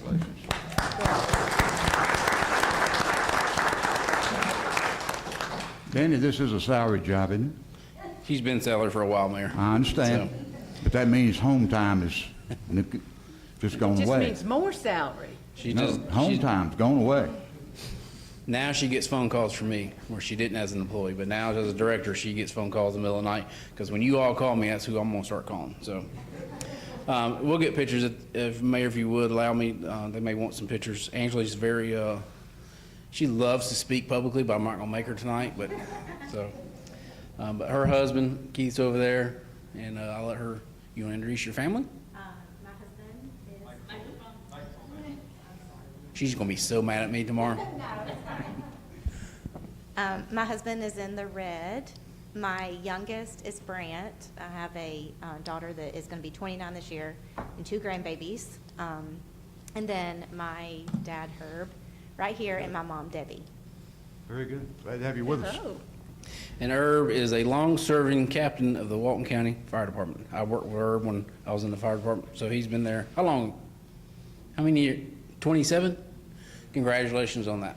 Yes, thank you for your service. Thank you. Okay, move on. Need to make it lively now. I had too serious of a conversation earlier, so here we go. So, as you all know, I opened up the position for Assistant City Manager. The only Assistant City Manager that we've ever had in Loganville's history was me back when Bill Jones promoted me back in 15, 16, something like that. And when he left, I became City Manager, and of course, y'all approved that in 2017, but have not had an assistant since. but the job has gotten more in-depth, more, to say as busy as an understatement. So the need for an assistant was strong. We was able to put in this budget. So we had over 40-something applicants apply, and we interviewed 5 candidates, and we made a decision several weeks ago, and I'm going to read you his bio. Jeff Smith is with us. He's in the front here. Raise your hand, Mr. Jeff. So Jeff Smith has lived in Gwinnett County for over 50 years. He went to the school, public school, Gwinnett County, and has made Gwinnett his home. He has deep family roots within community, dating back to the early 1800s. Jeff began his career in public service in 1988, following his father's footsteps as a police officer.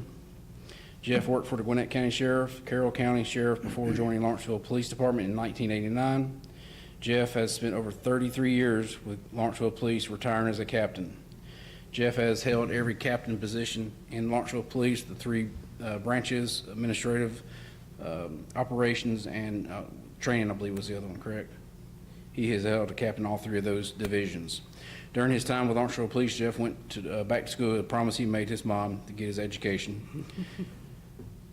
He has a little bit, almost as much education as I do. I'm going to go ahead and read you his. He completed his degree in mathematics. He has a business administration. He has a master's in public administration. He has a doctoral in emergency management. So I got him 2 more classes signed up, and he'll be on his way. With his education, Jeff has taught in several colleges and universities, following his mother's footsteps as an educator. Jeff has taught at Gwinnett College, Georgia State University, Troy State University, Texas A&M International. He taught both graduate and undergraduate courses in criminal justice and emergency management. He has been a speaker for several organizations. He is also an author. He has wrote several magazines and journals, and he is currently has a book out, a co-author in text on policing. After retiring from Lawrenceville Police, Jeff was selected to be the Director of Operations for the Gwinnett County Solicitor General's Office. In that capacity, he oversaw budget, grants, contracts, administration of many functions of the office.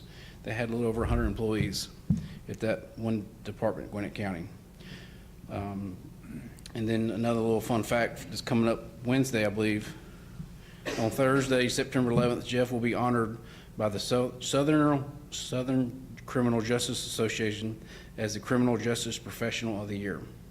The last person in Georgia to be honored with that was the former GBI director, Vernon Kean. Although most of his work experience was in law enforcement and criminal justice, his strengths are in communication, leadership, planning, administration. He is well known in Gwinnett County, having graduated from Leadership Gwinnett, mentoring other classes since his graduation. He's been active in the community all his life, and he looks forward to his new opportunity here with us. So with that, I'd like to present Jeff Smith, Assistant City Manager. So, congratulations. And his wife is equally as smart. He says smarter. She's an author as well. Oh, that's a given. She's smart. It is a given. Yeah. So, Danny, when you and I talked, wasn't he the only applicant that said he didn't need a salary? no, I'm not, Mayor, I don't want him to quit before he even starts. So his official start date will be next Monday. I'm sure you all will welcome him. Congratulations. So after tonight, he's going Great city. To a conference to teach and to be given this award that he is so earned. So with that, y'all have any questions for me? Why Loganville?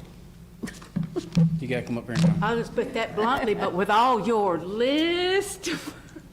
Somebody asked Jeff, where is Loganville? And this is effort to find out And where that's it where he is. ended up. Gotcha. Well, as a young man, this is where I came to buy suits with my parents. Yes, sir. Yeah. I gotcha.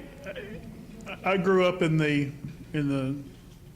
actually the Five Forks community, but we started off in the Snellville area. I love the area. I really look forward to everything that's happening in Loganville. I'm following along, and I know that things are going on sometimes with a little pain. You want to be careful and cautious in some of the things that are going on. You want to make sure that you're doing things wisely. And quite frankly, it's an excellent opportunity. It allows me to utilize my education, my skills that I've built over my career. Quite frankly, I couldn't be more excited. Good. Danny mentioned my wife. She is much, much smarter than I am. You were correct on that, Ms. Wolf.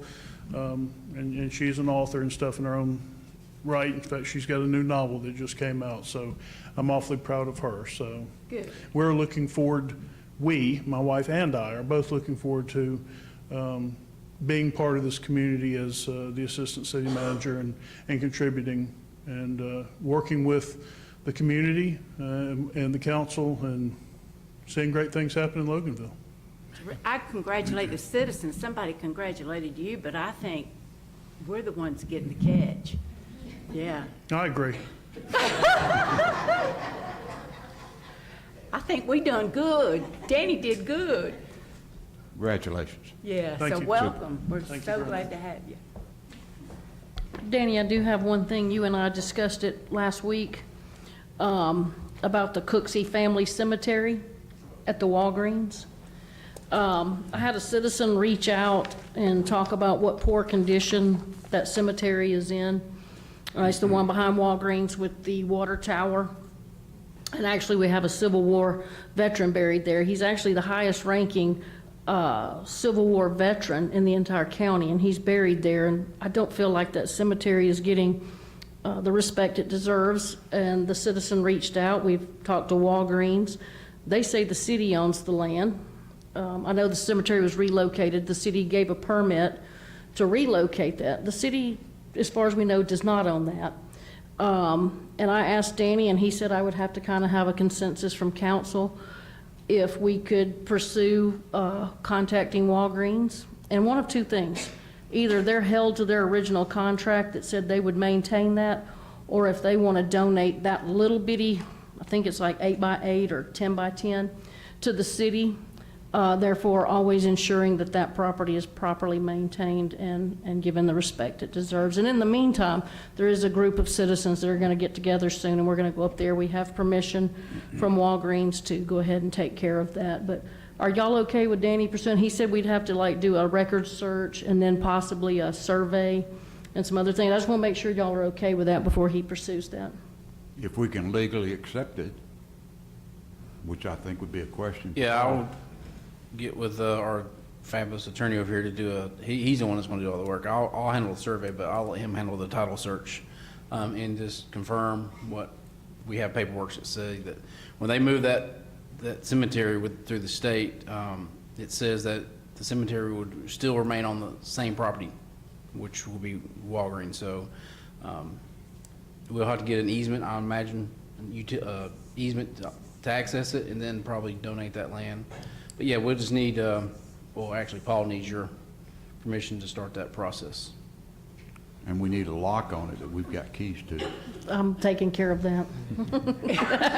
Thought you might be. I'm taking care of that. I already That's have good. permission from all parties involved. And I think the goal is for us to take care of like we do the other cemeteries, Yeah, correct? that would be it. Yes. And if you didn't, then, we could see if the Historical Society wanted to take care of it. But, yeah, that you would. I just think it's something that's important to the community.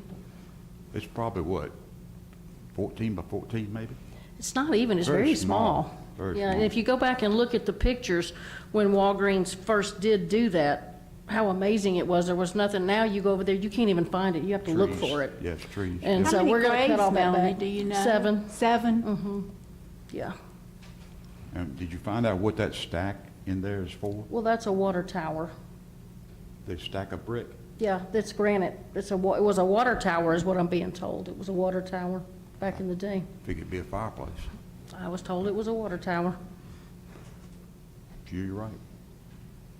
Okay, anything else, Danny? So in his Walgreens, somebody talked to them already to, Well, just to the store. I didn't want to start, I'm just a council member. I was going to have Danny reach out to corporate. But, that property's changed hands 5 times. I'm sure the people that own it now have no idea they're supposed to be keeping that up. And when we went up there and talked to them, they're like, knock yourself out because we're not going to take care of it. I'm like, but you have to. But they're not going to unless we make them. But if they're not going to, then they should just donate that little bitty postage stamp to the city and let it be taken care of properly. Yeah, they did gift us some land back in 2021, maybe. It was that .19 acres across the street. They could have thought that it was part of that, but it was not. We have the legal description of that. It's just that little triangle piece. So then maybe that's where the confusion is, but yeah, we'll find it in the title search, or Paul will. Thank you, and thank you, Paul.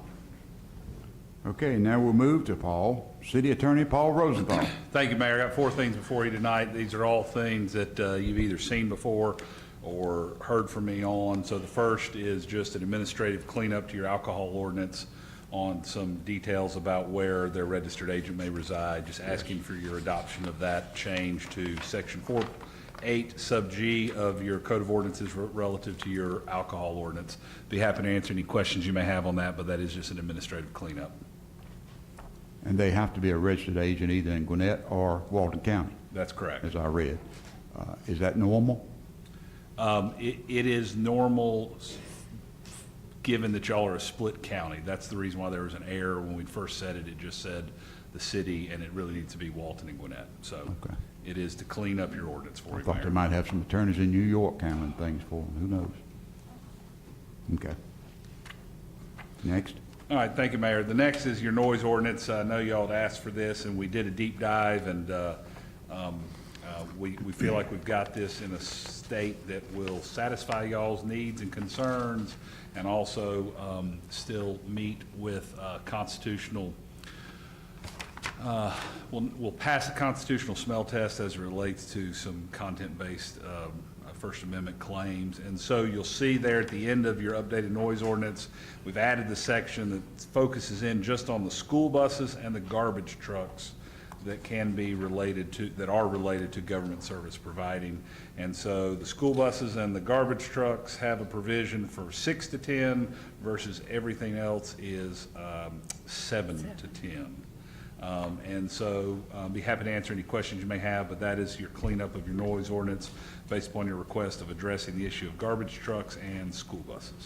Well, thank you for doing that, because, you know, I had a concern with that about all the hooting and yelling that was going Yes, to ma'am. occur at 6 o'clock in the morning. But I noticed in each of these that you struck through, particularly between hours of 10 and 7, between hours, you struck through that. Is that because paragraph A and paragraph B defines the actual time? Correct. So That's you, the it was clean- just a redundancy and you just it's struck to- through It's that? to make it cleaner. That's Okay, correct. thank you. So your regular hours are 10 to 7, and the school bus and garbage trucks are 10 to 6. And then the downtown overlay is from whatever to 11? Goes to 11, Yeah, yes. okay. Okay, are we expecting a vote on Thursday? Yes, so on all of these, they're ready for votes. So you can either consent agenda, guess I didn't address that on the alcohol ordinance, you can consent agenda any of these four, or if you want to take individual votes on them, you can take individual votes on them as well. That's totally up to you guys. Okay, the alcohol ordinance, consent? Consent. Okay. Noah's ordinance, consent? Consent? And just for information for the residents, that Noah's ordinance is going to allow our people that do our trash pickup to not buy a new truck that they were going to have to buy at a cost of what, $400,000? And they can do 100 homes between 6 and 7, and that keeps them using just the trucks they've got. And for that, they have agreed not to raise our residential rates for 2 years, isn't it, Walt? 24 months. So, and we have a very good service for the money we pay. Where else in the world can you get 4 and some months 5 trips by a large truck to come to your house for $20? Not each trip, 4 or 5 trips for $20. What a deal. Okay, thank you. Now we'll go to the next one. All right, thank you, Mayor. The next one is the IGA for operations of the library. I know we've been on the library for a long time. This is the last agreement in the series of agreements that we've entered into. And the primary purposes of this agreement, as we discussed, is really just to memorialize everything that we've already memorialized in prior IGAs, but specifically to comply with the bond conditions of the money that y'all got for this building that's being built, that y'all own, the $3.9 million and change, memorializes a 20-year term on the agreement and spells out how The city will provide the services that it's regularly provided. The city and the county will both provide the annual funding that they've regularly provided to the extent that funds are available. And the library will continue to operate a library for the benefit of the community. So that is your IGA for your operations, and it is ready for adoption. The county has already approved it, and the school board has already approved it. I'm sorry, library board. Sorry, you've Okay, is kept me everybody here for okay 2 with hours consent- without a break. Consent agenda? No, because I'm going to continue my history of voting against the library, and I'd rather That's vote fine. on that one. That's Paul, your I do privilege. have a question. I noticed it when I read it again this weekend.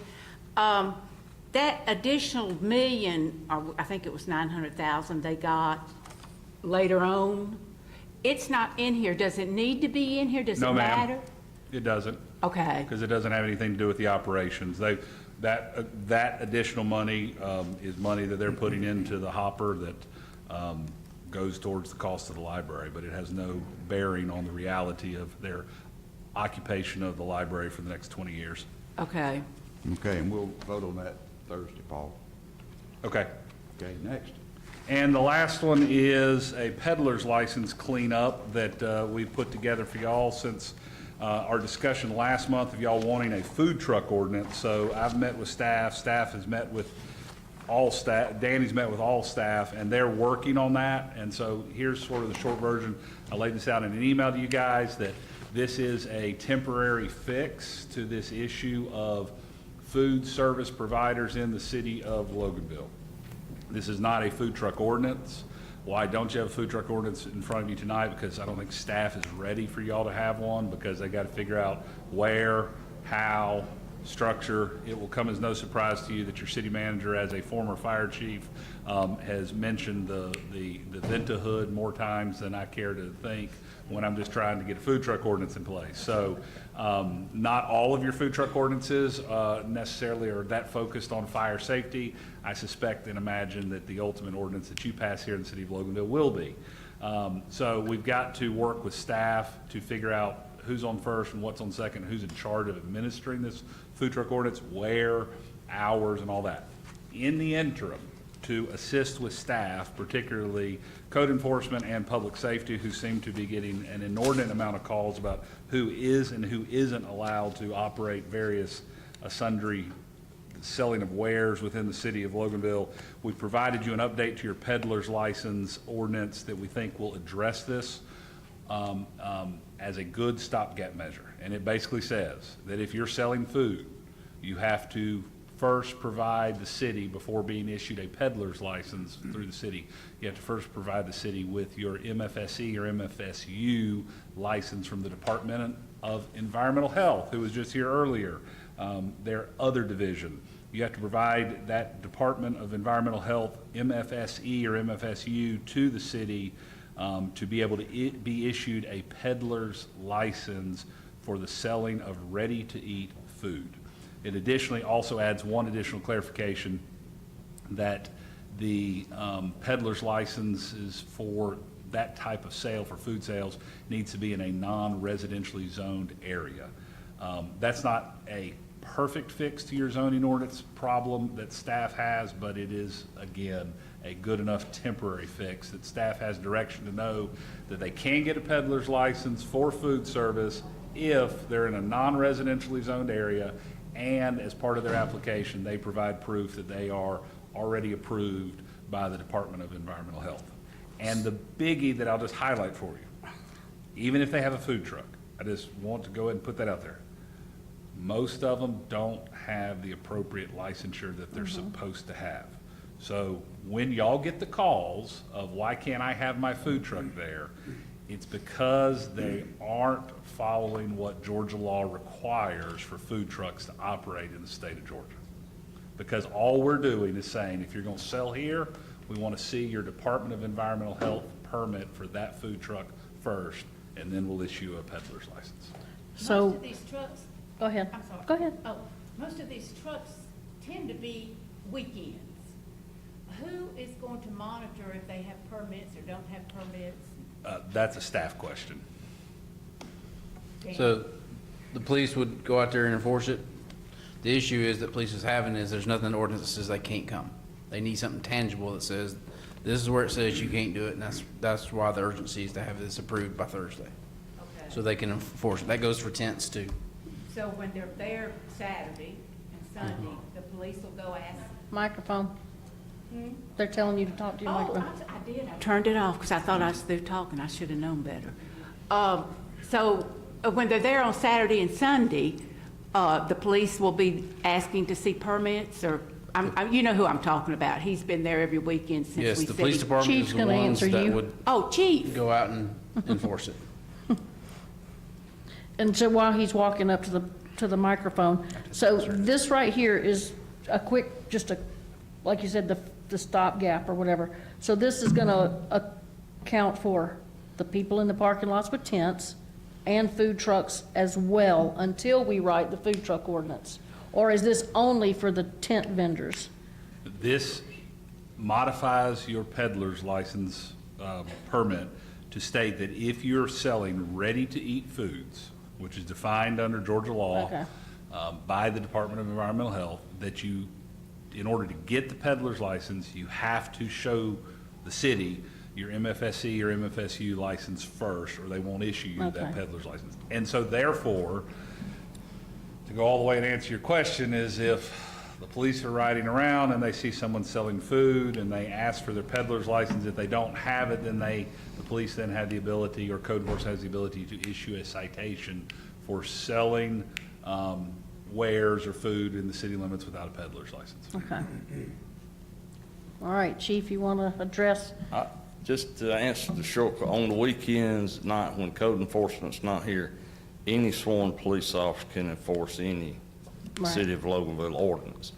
And when we met with city manager and city attorney and other people, the issue that we've had and what this stopgap is for until he's able to form the food truck ordinance for you guys to look at, we have to have something citable. I can't, or any of my officers can't say, well, you can't do it because we said so. We have to have something that if they say, well, I'm going to do it, then we have to have an ability to give them a notice of violation or issue a citation in order to make them not do it. And that's what this does until the full review of the ordinance and creation is done. Let me ask you a question. I don't know if it'll be a question for Paul or you. We have a lot of the gas station places. Yes, ma'am. So for a while, are y'all just going to be going, hey, look, when they just adopted ordinance, we have new rules, y'all need to go to City Hall? Are you going to be giving them how's that going to work? Because, how are they going to know they have to have a permit? You would think they would, but how are they going to know Some they of have them to have that? probably don't, because I'm not naive enough to believe that some of these people don't do it on the weekends specifically because they think we won't contact them. We work 24 hours a day. They'd be wrong in that. Yes, there will probably be some form of education Right. to start with, because some of them just, they're not going to know if you guys adopt this, that it's changed. Right. And that may be on us and on our code enforcement office to, Yeah, I just want to make to sure they take care get of fair that. warning that Yes, it's ma'am. coming, and the only way that's going to happen is when y'all are Yes, out there and you see them stop and say, hey, And- just so you and know. To be everybody that, when we've had to deal with, we really haven't had a big issue. We're trying to get ahead of that so Mm-hmm. that if we do run up against, somebody says, well, why can't I do it? We have to have something with legal standing that gives us authority to say, you can't do that, and if you continue to do it, here's what we're going to do, and that's why we need Okay, this. thank you. So you're thinking a 10-day, 30-day grace period? Is that what you're thinking? No, if they catch them, they'll, That's just officer discretion. yeah, that's what I was about to say. It's We up need to to let the officers be the officers. Yeah, we can't dictate how they. But you don't shut them down. We'll be as nice as we can be about it Of the course. first time. If they'll let you. Yeah, Yes. if they'll let you. I think a lot of this got started more so to work with people instead of against people, Yes. to allow them to be able to give them the avenue to do it the safe way instead of unmarketed, going out there. Well, and And I think with, although code enforcement it's been up under the police department sometime, it is a different outlook in the way the goal of code enforcement is to gain compliance. And we want to do, if we can do that voluntarily, say, look, I know you know it's a rule, but here's a rule, here's a notice of violation, you have to do it this way. Most of the time, they do comply, whatever it may be. And that's- It's rare when they don't. And I trust the department. Yes, I know y'all are gonna do it the most ethical way. Y'all are really good people there. Should we wait to vote this in until we get the food truck ordinance? And we give them a month to be prepared? We gotta go ahead. Or do we This is go a ahead? stopgap. It's not that we're having issues now. We have to have this now? Okay. I just don't wanna, Will it be ready for Thursday, Paul? It's ready, It's yeah. ready now. I mean, we could vote on it right now. We expedited this because your staff, particularly public safety, is Wanted it. asking for it. Okay. Because otherwise, they're getting calls, and it's not in the code. your staff is asking Let's just for go ahead on this particular one. Let's vote on this tonight. That gives Chief, he can get going on this before this weekend. He can get his officers educated. Either that or consent agenda, either one. Either one. Well, if we do it tonight, he's ready tomorrow to move. And I don't want to give the impression that we have run to a whole lot of uncooperative people on this. It's just, for us to enforce anything, we need something we can stand on so that we're not faced with the reality of, please don't do this, because if you continue to do it, I'm going to say, please don't do this again. That's ineffective. So we need something, and what Paul Street Something that gives has us some that bite. until he has time to work with you guys Okay. on how you So now want they this whole have thing. no Thank you, Chief. avenue to be able to sell until we do get the new ordinance. So now we're gonna have Well, they nothing. can. No, if that's they not do right. it. No, I mean, that's not true at all. that- If you're right and they don't have their Okay, but let me Stuff. qualify this. But yeah. Your new food truck ordinance is gonna have the same thing. same Yeah. stuff in it. Right. They're gonna have to. This does Gives them- not prohibit food, ready-to-eat food folks from selling in the city of Loganville. It only mandates that they provide you with proof of their Department of Environmental Health approval. And your food truck ordinance is gonna do the Right. same Same thing. thing. It's gonna actually be more. It's It's also gonna been- require it's been a long meeting, I a guess. fire sort of inspection and. Didn't think that through. I make the motion that we adopt the peddler's license ordinance change. A second. Okay, we have a motion, we have a second. All in favor, say aye. Aye. All those opposed? It is approved. Thank you, Chief. Anything else, Paul? I have nothing for you this evening, Mayor. Do you have executive session planned? No. Good, good. Okay, now comes the time of the meeting when we get the opportunity to give you time, if you choose, and each person here has an opportunity to speak for 5 minutes. And starting now, first hand goes first. All right, go ahead, Lee. Hello, everybody. My name is Lee Phillips. I am co-owner of the property at 4421 Pecan Street in downtown Loganville, and may I say, on the east side of Main Street. I am not Captain Obvious, but I would like to point out something that is very concerning. Property has value. Downtown property has a special value because it is what the heart of the city uses to create revenue. Right now, we have several properties that are a liability to the city. One being the retention pond. It will never create value. It will always be a liability. We have the library site, which we are locked in for the next 50 years. It will never create revenue. It will always be a liability. We have the lot at 254 Main Street, which is not generating revenue. It does not have a for sale sign up on it, and it is a huge liability because of the materials used on the construction of the sitting park that is there now. So in regard to the health department, I understand that they produce a service for the citizens, but so do all the other businesses that are in downtown Loganville. Are they going to get exemptions from paying rent? Are they going to get exemptions from paying taxes? Are we going to continue to give away our property to things that will not generate income back to the citizens? Where does it end?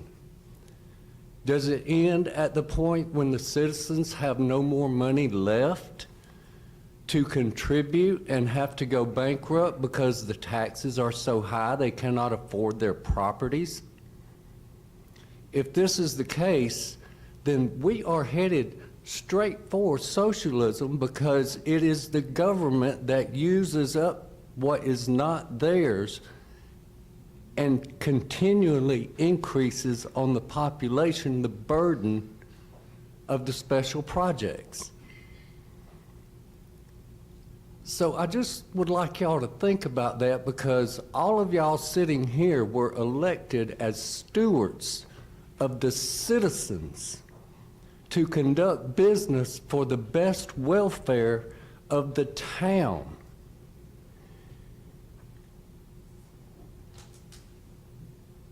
If the bankroll is becoming short and you have to keep increasing the taxes on the people, where does it end? Thank you. Thank you, Lee.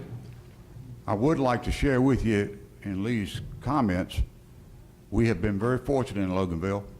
Since 2019, and maybe a little bit before, we have rolled back the taxes every year to where we don't get any more taxes this year than we got the year before. And we have not taken advantage of the huge increases in home appraisals. We're very fortunate to do that. Your council approved that. When this will stop is when your council decides it's time to stop. But there's more things involved in running the city than just what is the most money you can get. Sometimes you have to look at the people. Sometimes you got to do what's the right thing for everybody, or maybe the lowest of the low on the economic scale. That's part of being a city. And you know, if Lee, if you want to talk to the city staff or to Danny about what you don't think is unsafe downtown, feel free. That's where it goes. He's the person that takes care of that. And if I see something that's unsafe, you can bet that I'm going to bring it up to Danny's attention, and we're going to do what we can to make it safer. That's what we're here for. You don't like my rebuttal? I can clarify and be more specific about the lot at 254 Main. The metal edging that was put up is completely unsafe, and is no way would it be acceptable in any other public environment. It is a lawsuit waiting to happen, which would be another cost to the taxpayer, because y'all are going to pay the money out. It's going to be undisclosed because lawsuits happen. Lawyers have everybody sign a non-disclosure. Nobody knows what the total settlement is or how it really affects the town, and that's the problem. And we'll take a look at that. You're talking about the metal around the Edging that is around the gravel area. landscape. It is very, very sharp edges on the stakes that were used to go in it, and the metal itself is not compliable with public safety. Okay. We'll have Mr. Roberts check it. By the way, your 5 minutes is up. Okay, anybody else? Okay, seeing none, this is the hardest part of the meeting that I have to endure every month. Could we have a motion to adjourn? Yes. Got one. We usually get 5 or 6. Second, third. Okay, third. And we have a second? Okay, we have a motion and a second. All in favor, say aye. Aye.